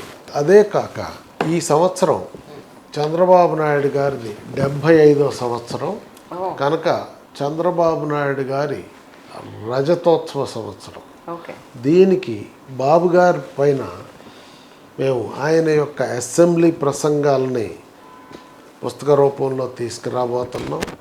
అంతేకాకుండా ఆయన పైన కూడా శకపురుషుడు లాగానే ఒక స్పెషల్ ఇష్యూ, ప్రత్యేక సంచికని ముద్రించబోతున్నాం. దీనికోసం అందరి అభిప్రాయాలు, బాబు గారి వ్యక్తిత్వం గురించి అందరి అభిప్రాయాలని సేకరిస్తూ ఉన్నాను. త్వరలోనే ఇది కూడా ఏర్పాటు చేస్తాను. అయితే అన్నగారి విషయంలో ఆయన అసెంబ్లీలో చేసిన ప్రసంగాలన్నీ అసెంబ్లీ ప్రసంగాలని ఈ బుక్ తీసుకొని రావటం జరిగింది. ఇది అసెంబ్లీ దగ్గర ఆయన్ని దించేసినప్పుడు చేస్తున్న నిరసన ధర్నా. ఆ ఫోటోలో మీరున్నారా సార్? నేను లేదు, ఎమ్మెల్యేలు. ఇది చారిత్రక ప్రసంగాలు. ఢిల్లీలో కాంగ్రెస్ని గద్దె దించడానికి ఆయన నేషనల్ ఫ్రంట్లో అందరు లీడర్లని కలుపుకొని పోతున్నటువంటి చూడండి. దీనిలో హేమీలంతా ఉన్నారు. ఇలా ఈ 3 పుస్తకాలు మనం రాయించటం జరిగింది. ఈ 3 పుస్తకాలను కూడా అప్పుడు శత జయంతి సందర్భంగా తయారు చేసి మేము విజయవాడలో చారిత్రక ప్రసంగాలు, అసెంబ్లీ ప్రసంగాలు ఆవిష్కరించాం. హైదరాబాదులో శకపురుషుడు ఆవిష్కరించటం జరిగింది. ఈ సభకి బండారు దత్తాత్రేయ గారు, అలానే సిపిఐ జాతీయ కార్యదర్శి రాజా గారు, సిపిఎం జాతీయ కార్యదర్శి సీతారాం ఏచూరి గారు హాజరయ్యారు. అప్పుడు ఒకసారి కాంగ్రెస్ను గద్దె దించేటప్పుడు అన్నగారు బీజేపీని కమ్యూనిస్టుల్ని కలిపి నడిచారు. తర్వాత మళ్ళీ ఆయన సభకు వచ్చారు ఆయన మీద అభిమానంతో. అట్లానే ఇందులో అన్నగారు చేసిన గొప్ప పనులన్నీ మహాపురుషుని మైలురాళ్ళు. అనే పేరుతో ఎందుకు ఇంత పుస్తకాలు చదివే ఓపిక లేని వాళ్ళ కోసం ఈ ముద్రించడం జరిగింది. వీటిని కూడా దాదాపు 30,000 వేసి మా కార్యకర్తలందరికి కూడా ఇంతకుముందు పంపించాను. మొన్న ఈ చంద్రన్న విజనరీ అనేది అభివృద్ధి సంక్షేమ విజనరీ మన చంద్రన్న అనే బుక్ కూడా నియోజకవర్గానికి 100 చొప్పున పంపిణీ చేయటం జరిగింది. ఎందుకంటే వీళ్ళు చేసిన పనులన్నీ భావితరాలకు తెలియాలని. ఇప్పుడు రామాయణ మహాభారతాలు ఆ కాలంలో పుస్తకాలు రాయలేదనుకోండి, ఇవాళ ఎలా తెలిసేది, సమాజానికి ఎట్లా ఉపయోగపడాయి. అదే విధంగా ఒక పక్క పుస్తకాల్లో రాస్తూ ఈ కాలం అంతా డిజిటల్ మీడియా యుగం కనుక డిజిటల్ మీడియాలో కూడా వచ్చే విధంగా ఈ ఛానల్స్ అన్నీ ఓపెన్ చేసి చేస్తూ ఉన్నాం. అది అమ్మ. ఆ విధంగా పార్టీ నాకు ఇచ్చిన అవకాశానికి ఆనాడు అన్నగారు, ఈరోజు బాబు గారు వారి రుణం తీర్చుకోవటం కోసమే నేను వారు చేసిన గొప్ప పనులని, వారి ఔన్నత్యాన్ని భావితరాలకు తెలియజేయటం కోసం పనిచేస్తున్నాం. రేపు 14వ తేదీన విజయవాడలో అన్నగారి సినీ వజ్రోత్సవాన్ని జరపబోతా ఉన్నాం. దీనిలో ముఖ్య అతిథులుగా బాబు గారు, అలానే వెంకయ్యనాయుడు గారు రాబోతున్నారు. సినిమా రంగం నుంచి కూడా సినిమా పెద్దలందరినీ కూడా ఆహ్వానించబోతున్నాం. అది రేపో మాపో నేను ప్రకటిస్తానని తెలియజేస్తున్నాను. ఇది అయిన తర్వాత ఈ సంవత్సరం బాబు గారిది వజ్రోత్సవ సంవత్సరం కనుక ఏప్రిల్ 20న ఆయన జన్మదినం. ఈ లోపులోనే ఆయన గురించి కూడా చేసిన మహోన్నతమైన పనులన్నింటినీ పుస్తక రూపంలో తీసుకొస్తాం, డిజిటల్ మీడియాలో కూడా తీసుకొచ్చి భావితరాలకి కానుకగా అందజేస్తానని తెలియజేస్తాం. నమస్కారం. జమేలి ఎలక్షన్స్ వస్తాయంటారా సార్? జమేలి ఐ డోంట్ థింక్ అమ్మా. అవునా సార్? ఇవన్నీ ఊహాగానాలు చేస్తున్నారు. మొన్న బాబు గారు చెప్పారు కమ్మా, జమిలి ఎన్నికలు వచ్చినా ఆంధ్రప్రదేశ్లో ఎన్నికలు యథాతథంగానే వస్తాయి అని చెప్పారు కదా. అంతేనంటారా? బాబు గారు చెప్పారు సార్. ఇప్పటి వరకు రామారావు గారితో ఉన్న అనుబంధాన్ని, చంద్రబాబు నాయుడు గారితో ఉన్న అనుబంధాన్ని గురించి మనం మాట్లాడుకున్నాం. అంటే వ్యక్తిగా మేము ఎప్పుడూ చూడలేదు కాబట్టి, ఆయనతో పరిచయం లేదు కాబట్టి, ఎన్టీ రామారావు గారు ఆయన వ్యక్తిత్వం అంటే ఏంటి, అంటే ఎలాంటి సందర్భాల్లో ఆయన కోపం వస్తుంది, ఎలాంటి మనిషి అంటే ఏం చెప్తారు సార్? ఆయన ఒక మోడల్ అండి. ఎవరిని కూడా కోపంగా మాట్లాడు, తిట్టడం అనేది ఆయన నోటికి తెలియదు. వారు మీరు ఆల్రెడీ చూసి ఉంటారు సినిమాల్లో కూడా, గౌరవంగా పలకరిస్తాడు, మర్యాదగా మాట్లాడతారు. అది ఆయన తత్వం. నిజాయితీకి నీతికి నిలువుటద్దం ఎన్టీ రామారావు గారు. మీరు చూడండి, రాజకీయాల్లో ఎంతోమంది లీడర్ల మీద ఎన్నైనా ఏదో ఒక ఆరోపణలు ఉన్నాయి. అట్లీస్ట్ ఎన్టీ రామారావు గారి మీద చెప్పండి.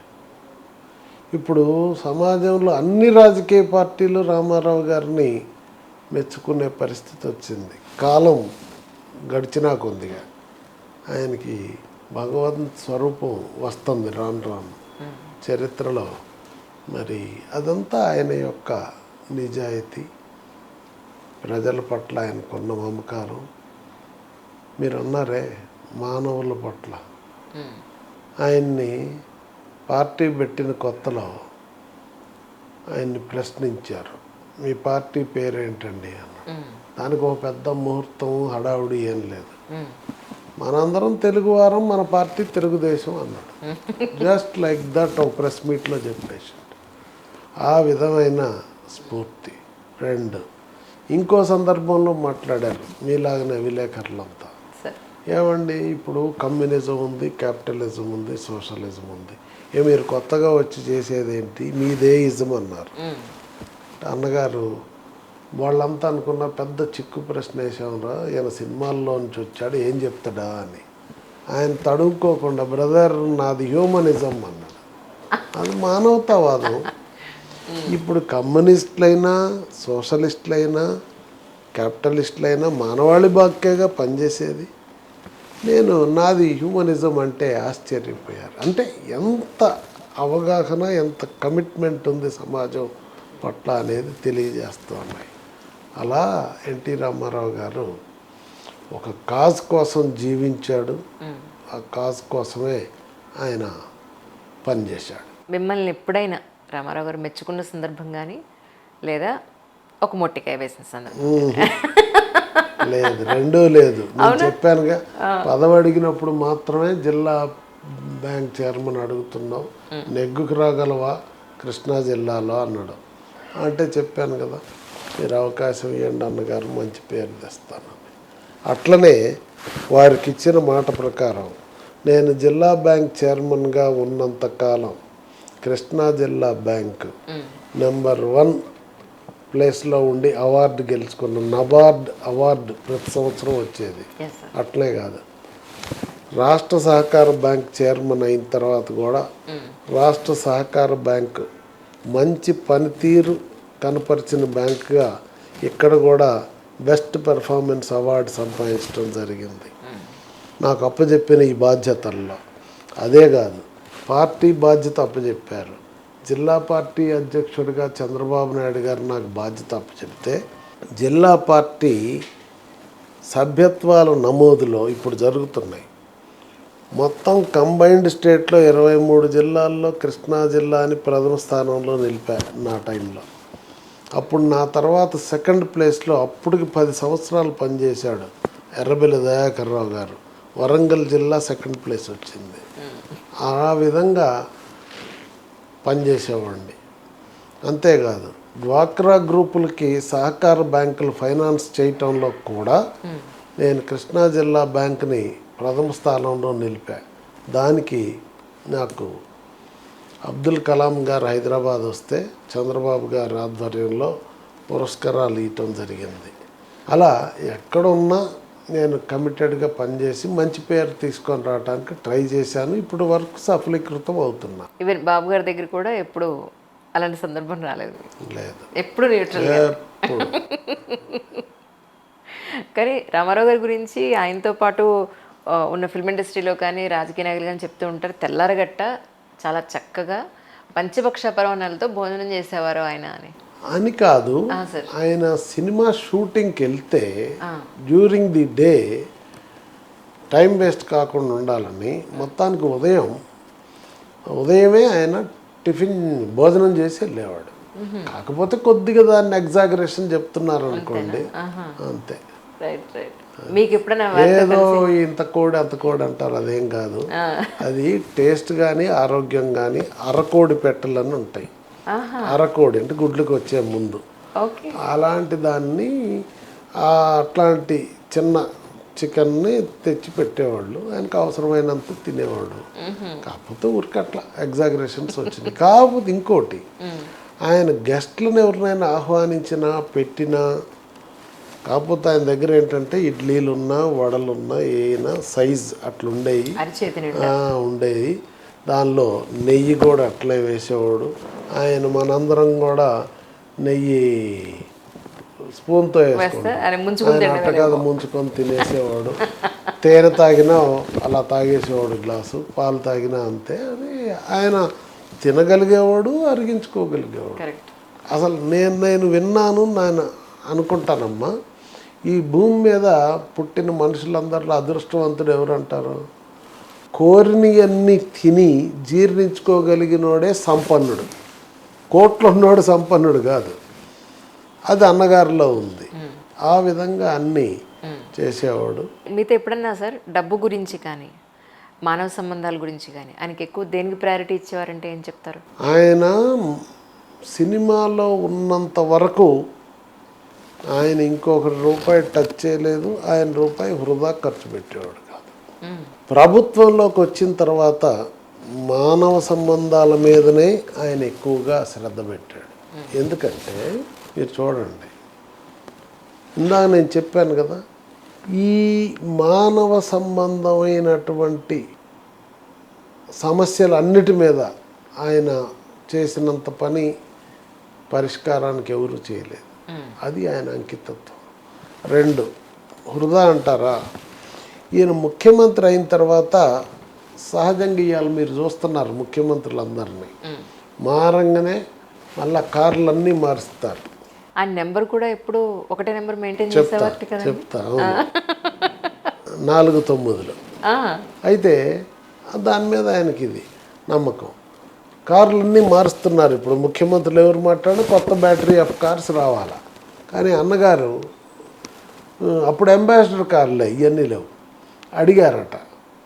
అడిగితే ఏమన్నారు, ఏమండి అన్నగారు కొత్త కారు కొంటున్నాం అంబాసిడర్ కారు, ఏ మోడల్ అయితే చెప్పారు. చెప్తే ఏమి ఇప్పుడు కారు లేదా అన్నాడంట. ఉంది. అది సెక్రటేరియట్కి పోదా అన్నాడంట. పోద్ది. ఎందుకే దుబారా చేస్తారు డబ్బులు, ప్రజాధనం అది, మనం కస్టోడియన్స్ మాత్రమే, డోంట్ వేస్ట్ మనీ అన్నాడు. అది ఆయన యొక్క విధానం. కానీ ఈ విషయంలో మాత్రం ఇప్పుడున్న రాజకీయ నాయకులు అందరూ తెలుసుకోవాల్సి.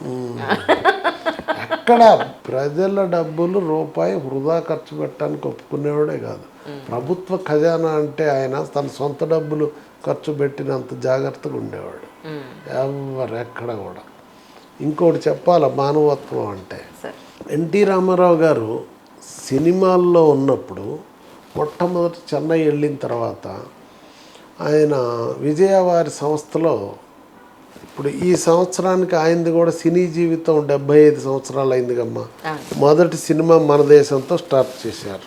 ఆ మన దేశం రిలీజ్ అయింది నవంబర్ 24, నిన్నటికి 75 సంవత్సరాలు. కనుక సినీ వజ్రోత్సవం. మొట్టమొదట ఆయన చెన్నై పోయినప్పుడు విజయవారి సంస్థలో నెల జీతానికి చేసేవాడు. నెలకి జీతం ఇస్తే ఈయన యాక్షన్ చేసేవాడు. చేస్తూ ఉంటే ఏమైంది, రాయలసీమలో కరువు వచ్చింది. అప్పుడు డొక్కల కరువు ఏదో అనేవాళ్ళు మన చిన్నప్పుడు. వస్తే ఈయన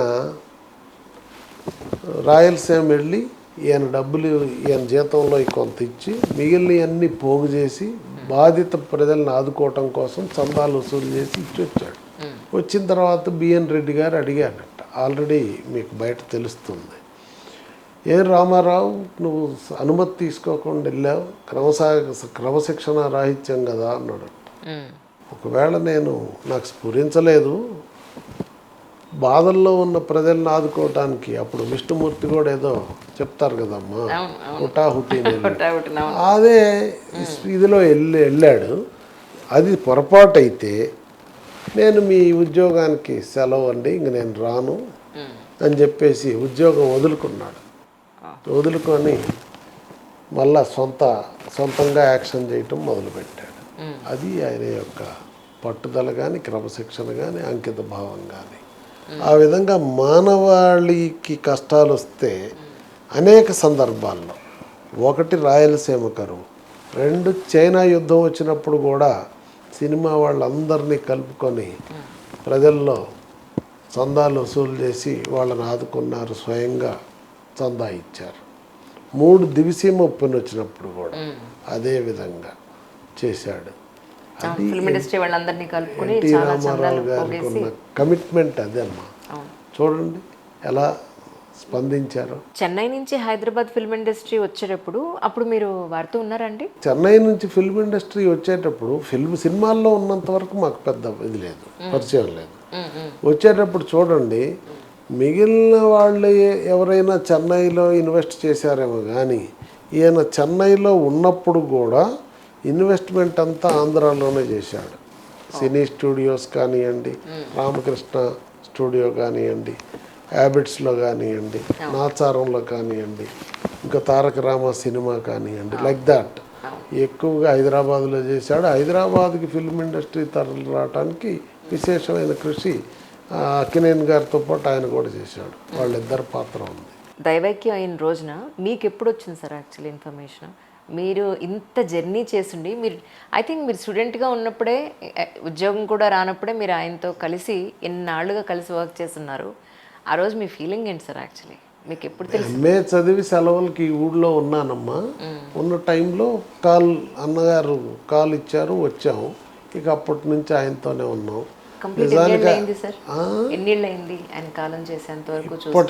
ఇప్పటికీ 40 ఏళ్ళ నుంచి నేను పార్టీలో ఉన్నానమ్మా, డే నెంబర్ 1 నుంచి. అయితే అన్నగారు 96లో దూరం అయ్యారు మనకి. అప్పటికి 82 నుంచి పార్టీ పెట్టి 14 సంవత్సరాలు. ఆ టైంలో ఆ రోజు మాత్రం మాకు తెల్లవారి పొద్దునే కబురు వచ్చింది. వస్తూనే మేము హుటాహుటిన అప్పటికే స్టేడియంకి బాడీని తీసుకొచ్చారు. బాడీని తీసుకొస్తే అక్కడికి వెళ్ళాం. బాబు గారు కూడా వచ్చారు అప్పటికి. కానీ అసలు ఎక్స్పెక్ట్ చేశారా సార్ మీరు? ఎందుకంటే అనారోగ్యంతో హాస్పిటలైజ్ ఏం లేదు, ఇవేం లేదు కదా. ఎవరికి తెలియదమ్మా, సడన్గా జరిగింది. కానీ మీ ఇంటర్నల్ ఫీలింగ్ ఏంటి సార్ ఆ రోజున? మీరు ఆయన స్టేడియంకి ఆయన పార్థివ దేవాన్ని తీసుకొచ్చిన రోజు మీ మనసులో ఉన్న అలజడి ఏంటి అసలు? చాలా కలత చెందాం. అప్పుడే ఈయన పోయాడే అని ఇంకెంతో ఉండేది. చెప్పలేని ఒక కుటుంబ సభ్యుడి కంటే ఎక్కువ బాధపడ్డామమ్మా. అసలు అది ఊహించలేము. రామారావు గారు లేరు అంటే జీర్ణించుకోలేని పరిస్థితి ఎవరికైనా. ప్రతి తెలుగు కూడా అట్లా ఫీల్ అయ్యారు. వాళ్ళ ఇంట్లో ఎవరో మనిషి పోతే ఎంత బాధపడ్డారో అంత బాధపడ్డారు. ఆయన్ని దించిన రోజు, రెండు ఆయన లేని రోజు. నేను ఎందుకు ఇందాక అడిగానంటే సార్, గవర్నమెంట్ మారినప్పుడు సివిల్ సర్వెంట్స్నే మార్చేస్తూ ఉంటారు జనరల్గా. అంటే అంత అపనమ్మకంగా ఉంటుంది పరిస్థితులన్నీ కూడా. అలాంటిది మీరు పెద్ద ఆయన దగ్గర పనిచేసి మళ్ళీ చంద్రబాబు గారి దగ్గర కూడా అంతే నమ్మకాన్ని మీరు చూరుకొని అక్కడ కూడా మీరు కంటిన్యూ అవడం అనేది నాకు చాలా ఆశ్చర్యం అనిపించింది సార్. అది వాళ్ళిద్దరి యొక్క గొప్పతనం అమ్మ. మన ధర్మం నిర్వహిస్తున్నాం. నాకు తెలిసింది ఒకటే, అంకితంగా పనిచేయాలి. అదొకటే కార్యక్రమం. ప్రతిఫలం ఆశించకుండా పనిచేస్తాం. మనం పనిచేస్తుంటే కాలక్రమేణా అవకాశాలు అయ్యే వస్తాయి. నేను పార్టీలో కూడా ఎవరికేం చెప్పినా అదే చెప్తా. ఇద్దరి మధ్య వివాదం వస్తే కూడా ఎన్నో వివాదాలు పరిష్కారం చేసి ఉంటాయి 40 ఏళ్లలో. పెద్ద పెద్ద గ్రూపుల్ని బాబు గారి ఆదేశం మేరకు. అప్పుడు ఒకటే చెప్తా, నీకేం కావాలో నువ్వు చూసుకో, ఆయన సంగతి మనకు వదిలేయి. నీ ఎనర్జీ అంతా ఆయన్ని వెనక్కి నెట్టడానికి ఎందుకు వేస్ట్ చేస్తావు? నువ్వు పైకి పోవటానికి చూసుకోవయ్యా. Time waste. నువ్వు పక్కోడి గురించి ఆలోచించటం. ఎవరు రాజకీయాల్లో ఒకడికొకడు ఏమీ చేయలేమమ్మా. ఆయన వెనకటోళ్ళు ఎందుకు చెప్పారో కానీ రాజకీయాల్లో ఆత్మహత్యలు ఉంటాయి, హత్యలు లేవు అని ఎవరిని ఏం చేయలేము. మనం చేసుకున్నదే మనకి ఫలితం. మనం పనిచేస్తే, మనం పేరు తెచ్చుకుంటే, మనం ప్రజల మన్ననలు పొందగలిగితే, నాయకత్వాన్ని మెప్పించగలిగితే మనకు అవకాశాలు వస్తాయి. అంతేగాని మన పక్కన ఉన్న ఆయన ప్రొఫెసర్ గారికి ఆయన ముందుకు పోతండి అంటే ఆయన శక్తి అది. ఎవడు పోటీ కాదమ్మా. ఈ 5 ఏళ్ళు ఉన్నాయి. ఈ ఏళ్ళు చేసే పని ఈ ఏళ్ళు చేయలేదు, ఇది చేసేది ఇది చేయలేదు. అన్నీ కలిస్తేనే ఫలితం వస్తుంది. అంతే తప్ప ఎవరిని మనకి పోటీగా అనుకోవటానికి లేదు జీవితంలో. నేను ఎప్పుడూ ఎవరిని అనుకోలేదు. అందరినీ ఎంకరేజ్ చేసేవాడిని. ఎవరు చేసిన పని వాళ్ళ ఖాతాలోనే బాబు గారికి చెప్పేవాడిని, కానీ అదేదో నా గొప్ప అని ఎక్కడా చెప్పేవాడిని. వీళ్ళందరినీ సమన్వయం చేయటమే నా పని. కానీ బయట సొసైటీలో టీడీ జనార్దన్ గారు అంటే అన్ని రకాలుగా చాలా గొప్ప వ్యక్తి, పెద్ద వ్యక్తి అని చెప్తారు. మీరేమో ఇంత తింటారు, మామూలు కారులో తిరుగుతారు, అసలు ఎక్కడ హెచ్చులకు పోరు, ఎక్కడ మీ హెడ్ స్ట్రాంగ్ చూపించరు, యాటిట్యూడ్ చూపించరు. చాలా సింపుల్గా, ఇంత సింపుల్గా ఎలా సాధ్యం? ఎప్పటి నుంచి మీరు ఇలా అలవరుచుకున్నారంటే ఏం చెప్తారు సార్? నాకు ఒకటమ్మా, పార్టీలో క్రమశిక్షణగా పనిచేయటం అనేది ఆ రోజు ఎన్టీ రామారావు గారు. 2 ఈ మితాహారం అనేది ఒకసారి నాకు అక్కినేని నాగేశ్వరరావు గారు చెప్పినప్పుడు విన్నా. అక్కినేని నాగేశ్వరరావు గారిని ఎవరో మనలాంటి వాళ్ళు అడుగుతారు, ఏమండి నాగేశ్వరరావు గారు, నేను కాలేజీలో చదివేటప్పుడు నువ్వు సినిమాల్లో యాక్ట్ చేస్తున్నావు, నా పెళ్ళైనాక యాక్ట్ చేస్తున్నావు, నాకు పిల్లలు పుట్టినారు ఇంకా చేస్తున్నావు, నేను ముసలోడిని అయిపోయా, నువ్వేమో అట్టనే ఉన్నావు అన్నాడు. ఆయన నవ్వుతూ, భుక్తాయాసం వచ్చేటట్లు భోంచేసి ఎన్ని దశాబ్దాలైందో అంటాడు. అని చిన్నప్పుడు నేను కటిక దరిద్రంలో బతికా, చాలని తిండి, సినిమాలు వచ్చినాయి, ఆదాయం వచ్చింది, కడుపు నిండా తిందామంటే ఫిట్నెస్ గురించి నిండా తినగలిగేవాడిని కాదు. ఇప్పుడు కొంచెం సినిమాలు తగ్గిపోయినాయి, వయసు మీరింది, తిందామంటే ఏజ్ తినట్లేదు అని చమత్కారంగా ఒక మాట అంటాడు. ఎప్పుడు నేను ఒక ముద్ద ఆకలి ఇంకొక ముద్ద తినొచ్చు అనగానే ఆపేస్తా, అదే నా రహస్యం అని భుక్తాయాసం వచ్చేటట్టు భోంచేసి ఎన్ని దశాబ్దాలు అయిందో అంటాడు. భుక్తాయాసం వచ్చేటట్టు ఎప్పుడు తినలేదని అదే పాటిస్తా. ఇదే మా బాబు గారి దగ్గర కూడా కొలత ప్రకారం భోంచేస్తాడు ఆయన. ఆయన తినే అంశాలన్నీ ఆయన యొక్క ఆరోగ్య రహస్యం చూడండి. ఇన్ని సంవత్సరాల్లో ఎప్పుడన్నా ఒక్క గంట ఆయన పని చేయని రోజు ఉందా చెప్పండి. కరెక్ట్. ఉదయం ఏ టైం అంటే ఆ టైంకి వస్తాడు, సాయంత్రం ఏ టైం అంటే ఆ టైం తర్వాతనే ఇంటికి వెళ్తాడు. నేను ఆయనతో క్లోజ్గా 25 ఏళ్ళ నుంచి పనిచేస్తున్నాను. అదా 15 సంవత్సరాలు, 2005 నుంచి 15 సంవత్సరాల్లో. కానీ 20 ఏళ్ళు అవుతుంది సార్. Next 2025 sir. 25 రియల్లీ 20 ఏళ్ళు పనిచేస్తున్నా. కానీ అంతకు ముందు నుంచి మనకి తెలుసు బాబు గారు, ఒక్కరోజు ఆయన ఆఫీస్కి సెలవు పెట్టింది చెప్పండి, అధికారంలో కానీ ప్రతిపక్షంలో కానీ. ఒక్క గంట విశ్రాంతి తీసుకుంది చెప్పండి. రోజు దినచర్య ఉదయం అంటే ఉదయం నుంచి అలా సాయంత్రం దాకా నడవాల్సిందే. క్షణం మనిషి తీరిగ్గా ఉండడు, అట్లా పనిచేస్తాడు. అది ఆయన ఆహార నియమం వలన ఆయన బాడీని అంత ఫిట్గా పెట్టుకోగలిగాడు. మొన్న ఈ మధ్య ఆయన డాక్టర్ గారు చెబుతుండు, ఆయనకు 74 ఉన్నాయి కానీ ఆయన ఇంటర్నల్ హెల్త్ బిఎంఐ దానికి ఏదో చెప్పారు, ఆ లెవెల్స్ 64 లాగానే ఉందంట ఇప్పటికి. చెప్తా, అది 64 లెవెల్లో ఉందంట. అంత పర్ఫెక్ట్గా మెయింటైన్ చేస్తాడు. దీనికి ఒకటి ఆయన మెయింటైన్ చేయటం ఒక ఎత్తు అయితే, దీనికి భువనేశ్వర్ గారిని మెచ్చుకోవాలి. ఆమె కరెక్ట్గా ఆయనకి ఆహార నియమాలు కానీ ఇవి కానీ పాటించడంలో ఫుల్గా. నేను అటెండర్ని చూస్తుంటా, సార్ భోంచేసిన తర్వాత కొలుస్తుంటాడు. ఏడా తూకాలు వేస్తున్నావు అంటే, సార్ ఇప్పుడు తీసుకొచ్చినప్పుడు వేస్తారు, భోజనం అయిన తర్వాత మళ్ళీ తీసుకొని ఏది మిగిలింది అంత మిగిలింది అంటే ఆయన ఎంత ఆహారం తీసుకున్నాడు అనేది. ఉదయం నుంచి సాయంత్రం వరకు బాబు గారు తినే ఆహారం మొత్తం రాస్తారు. కాఫీ ఎన్నిసార్లు ఇచ్చారు, టీ ఎన్నిసార్లు, వైటా బ్లాకా, ఇవన్నీ ఉంటాయి రాసేసి సాయంత్రానికి చెప్తారు. ఇవన్నీ 2 వారాలకు ఒకసారి ఏఐజీ వాళ్ళు విశ్లేషించి డైట్ ప్రిస్క్రైబ్ చేస్తారు. ఆయన ఇష్టమైంది తింటాం కాదు, ఏది ప్రిస్క్రైబ్ చేస్తే అది తింటాడు. అది చంద్రబాబు గారి యొక్క విధానం. అందువలన ఆయన ఇప్పటికీ అంత ఫిట్గా పనిచేస్తాడు. ఇంకొకటి ఉందమ్మా, ఆఫీస్ రూమ్లో ఉంటే 18లో పెడతాడు ఏసీ. మరి మేమందరం కాస్త చలిగా ఉందంటే మా ఫీలింగ్ చూసి కొద్దిగా తగ్గిస్తాడు అప్పుడప్పుడు, బాగానే ఉంది. బయటికి వెళ్ళాడు అనుకోండి 40 డిగ్రీల దగ్గర కూడా బహిరంగ సభలో మాట్లాడుతూనే ఉంటాడు, చెమటలు కారుతూనే ఉంటాయి, ఏమాత్రం తేడా లేదు. నేను మరీ ఆయన అప్పుడు బస్సు యాత్ర చేసినప్పుడు చూసా, ఒకరోజు బస్సులో ఏసీ ఫెయిల్ అయింది. ఫెయిల్ అయితే ఆ టైంకి మేము మీటింగ్ ఏదో పిలిస్తే పోయాం, కారిపోతున్నాయి, ఉడుకుతుంది, మనిషి ఏం చలనం లేదు, అంతే. ఆయన ఒకటి నేనేం గమనించానంటే, పరిస్థితులు ఎట్లొస్తే అట్లా దాన్ని ఎంజాయ్ చేస్తాడు అంతే.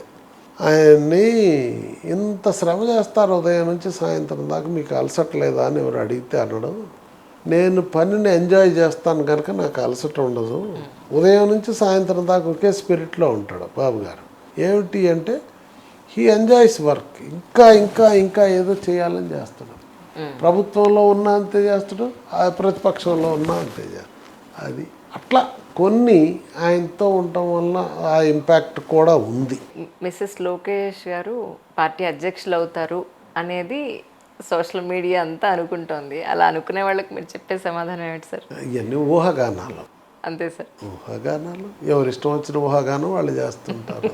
బాబు గారి యొక్క సేవలు ఎనలేనివి. ఇంకా పార్టీకి, రాష్ట్రానికి, ప్రజలకి చిరకాలం కావాల్సిన అవసరం ఉంది. ప్రస్తుతం అమరావతి పరిస్థితి ఏంటి సార్? ఒకనొకప్పుడు రైతుల నుంచి తీసుకున్న ల్యాండ్స్ వాళ్ళందరూ చాలా, కొంతమంది ఇష్టంగా ఇచ్చారు, కొంతమంది అయిష్టంగా ఇచ్చారు, కానీ అల్టిమేట్లీ అమరావతి మాత్రం అక్కడే అని చెప్పని బాబుగారు వచ్చిన తర్వాత కన్ఫామ్గా చెప్పడం.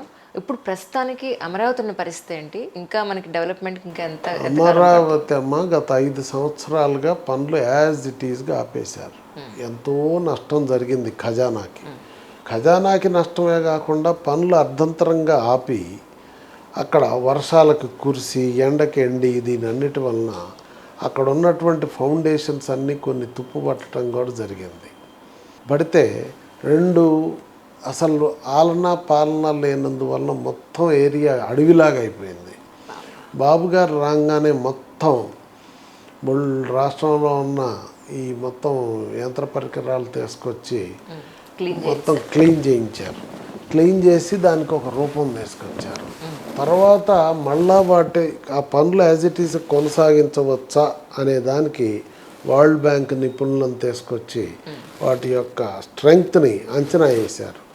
అంచనా వేసి ఇప్పుడు తగిన చర్యలు తీసుకొని చేయటానికి కొంచెం ఆలస్యమైంది.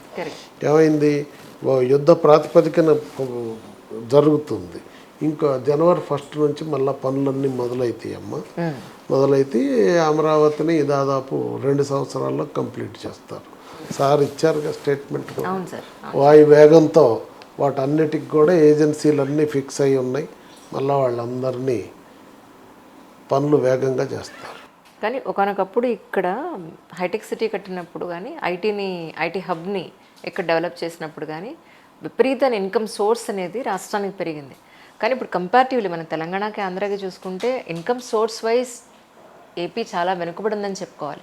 ఇమ్మీడియట్ ఇన్కమ్ సోర్స్కి ఇప్పుడు ఏం చేయాల్సిన అవసరం ఉంది సార్? ఏం జరుగుతుంది అక్కడ? వస్తాయమ్మా. ఇప్పుడు మీరు మొన్న చూసారు MOUలు 85,000 కోట్ల రూపాయలకి ఇండస్ట్రీస్ వస్తున్నాయి సార్. అనేక ఇండస్ట్రీస్ వస్తున్నాయి. వాటికి కూడా బాగా టైం ప్రకారం పనిచేయాలని లక్ష్యాలు నిర్దేశిస్తున్నారు. 2, అమరావతిలో కూడా మన టైంలో 100 కేంద్ర ప్రభుత్వ సంస్థలకి దాదాపు ఆయన హైదరాబాద్లో ఎన్ని ఆర్గనైజేషన్స్ ఉన్నాయో అన్నీ అక్కడ రావాలని వాటన్నిటికీ స్థలాలు ఇచ్చారు. తర్వాత ప్రభుత్వం దాన్ని పట్టించుకోనందువలన నాన్ కోఆపరేషన్ వల్ల మీరు చూశారు కదా, వైజాగ్లో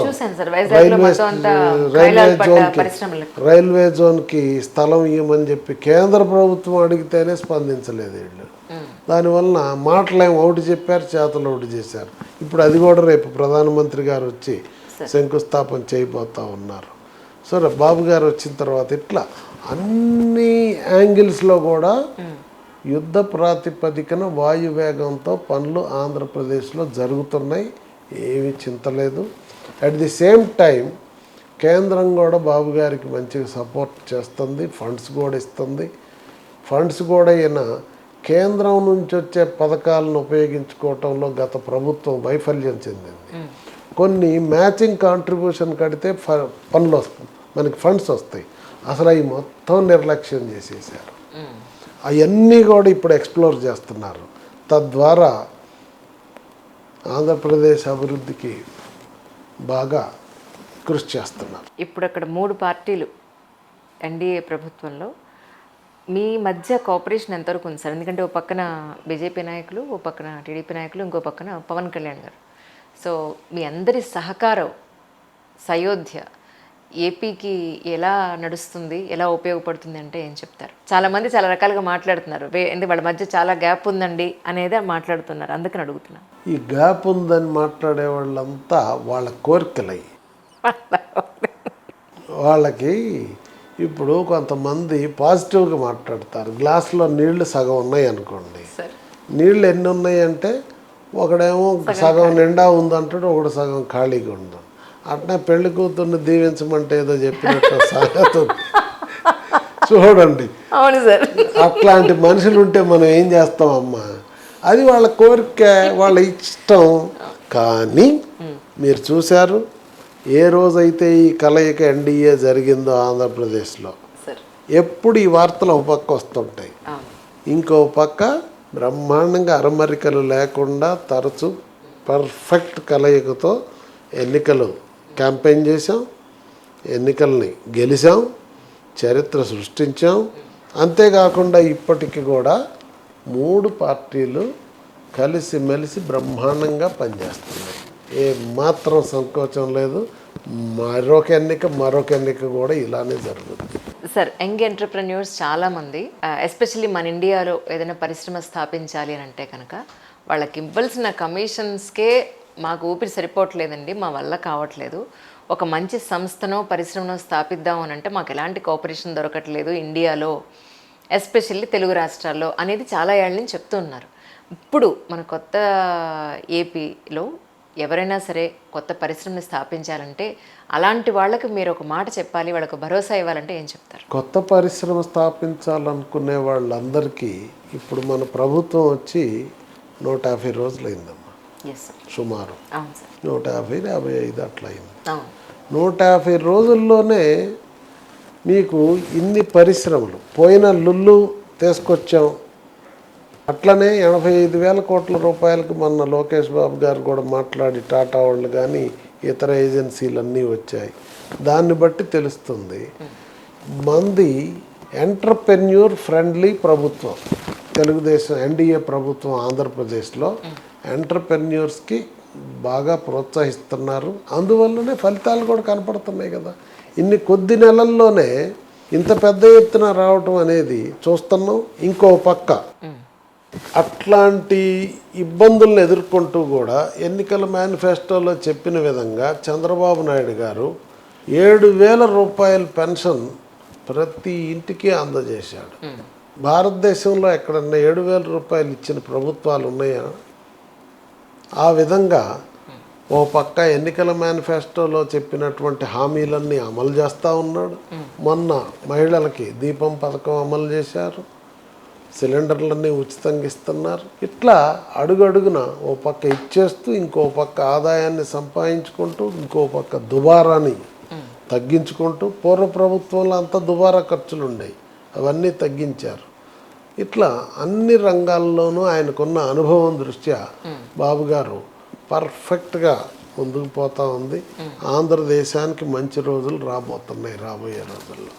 ఇంతవరకు ఆల్మోస్ట్ కొన్ని ఎలక్షన్స్ వాటి రిజల్ట్స్ ఎన్నో ప్రభుత్వాలు రావడం ఈ జర్నలిజంలో చూశాను సార్. ఫర్ ఎగ్జాంపుల్ అధికారంలో ఉన్నది రెడ్డిస్ అయితే వాళ్ళ కింద ఉన్న వాళ్ళందరినీ రెడ్డిస్నే సపోర్ట్ చేయడం, అలా వాళ్ళ కమ్యూనిటీని సపోర్ట్ చేయడం తప్పు అని అనను, కానీ వాళ్ళే ఉండాలి అని అనుకుంటే ప్రజలందరూ ఏంటంటే వీళ్ళ ప్రభుత్వం వచ్చింది కాబట్టి అందరూ వాళ్ళే ఉంటారు అనే ఒక ఇదంతా కామనే కదా అన్నట్టుగా అయిపోయింది.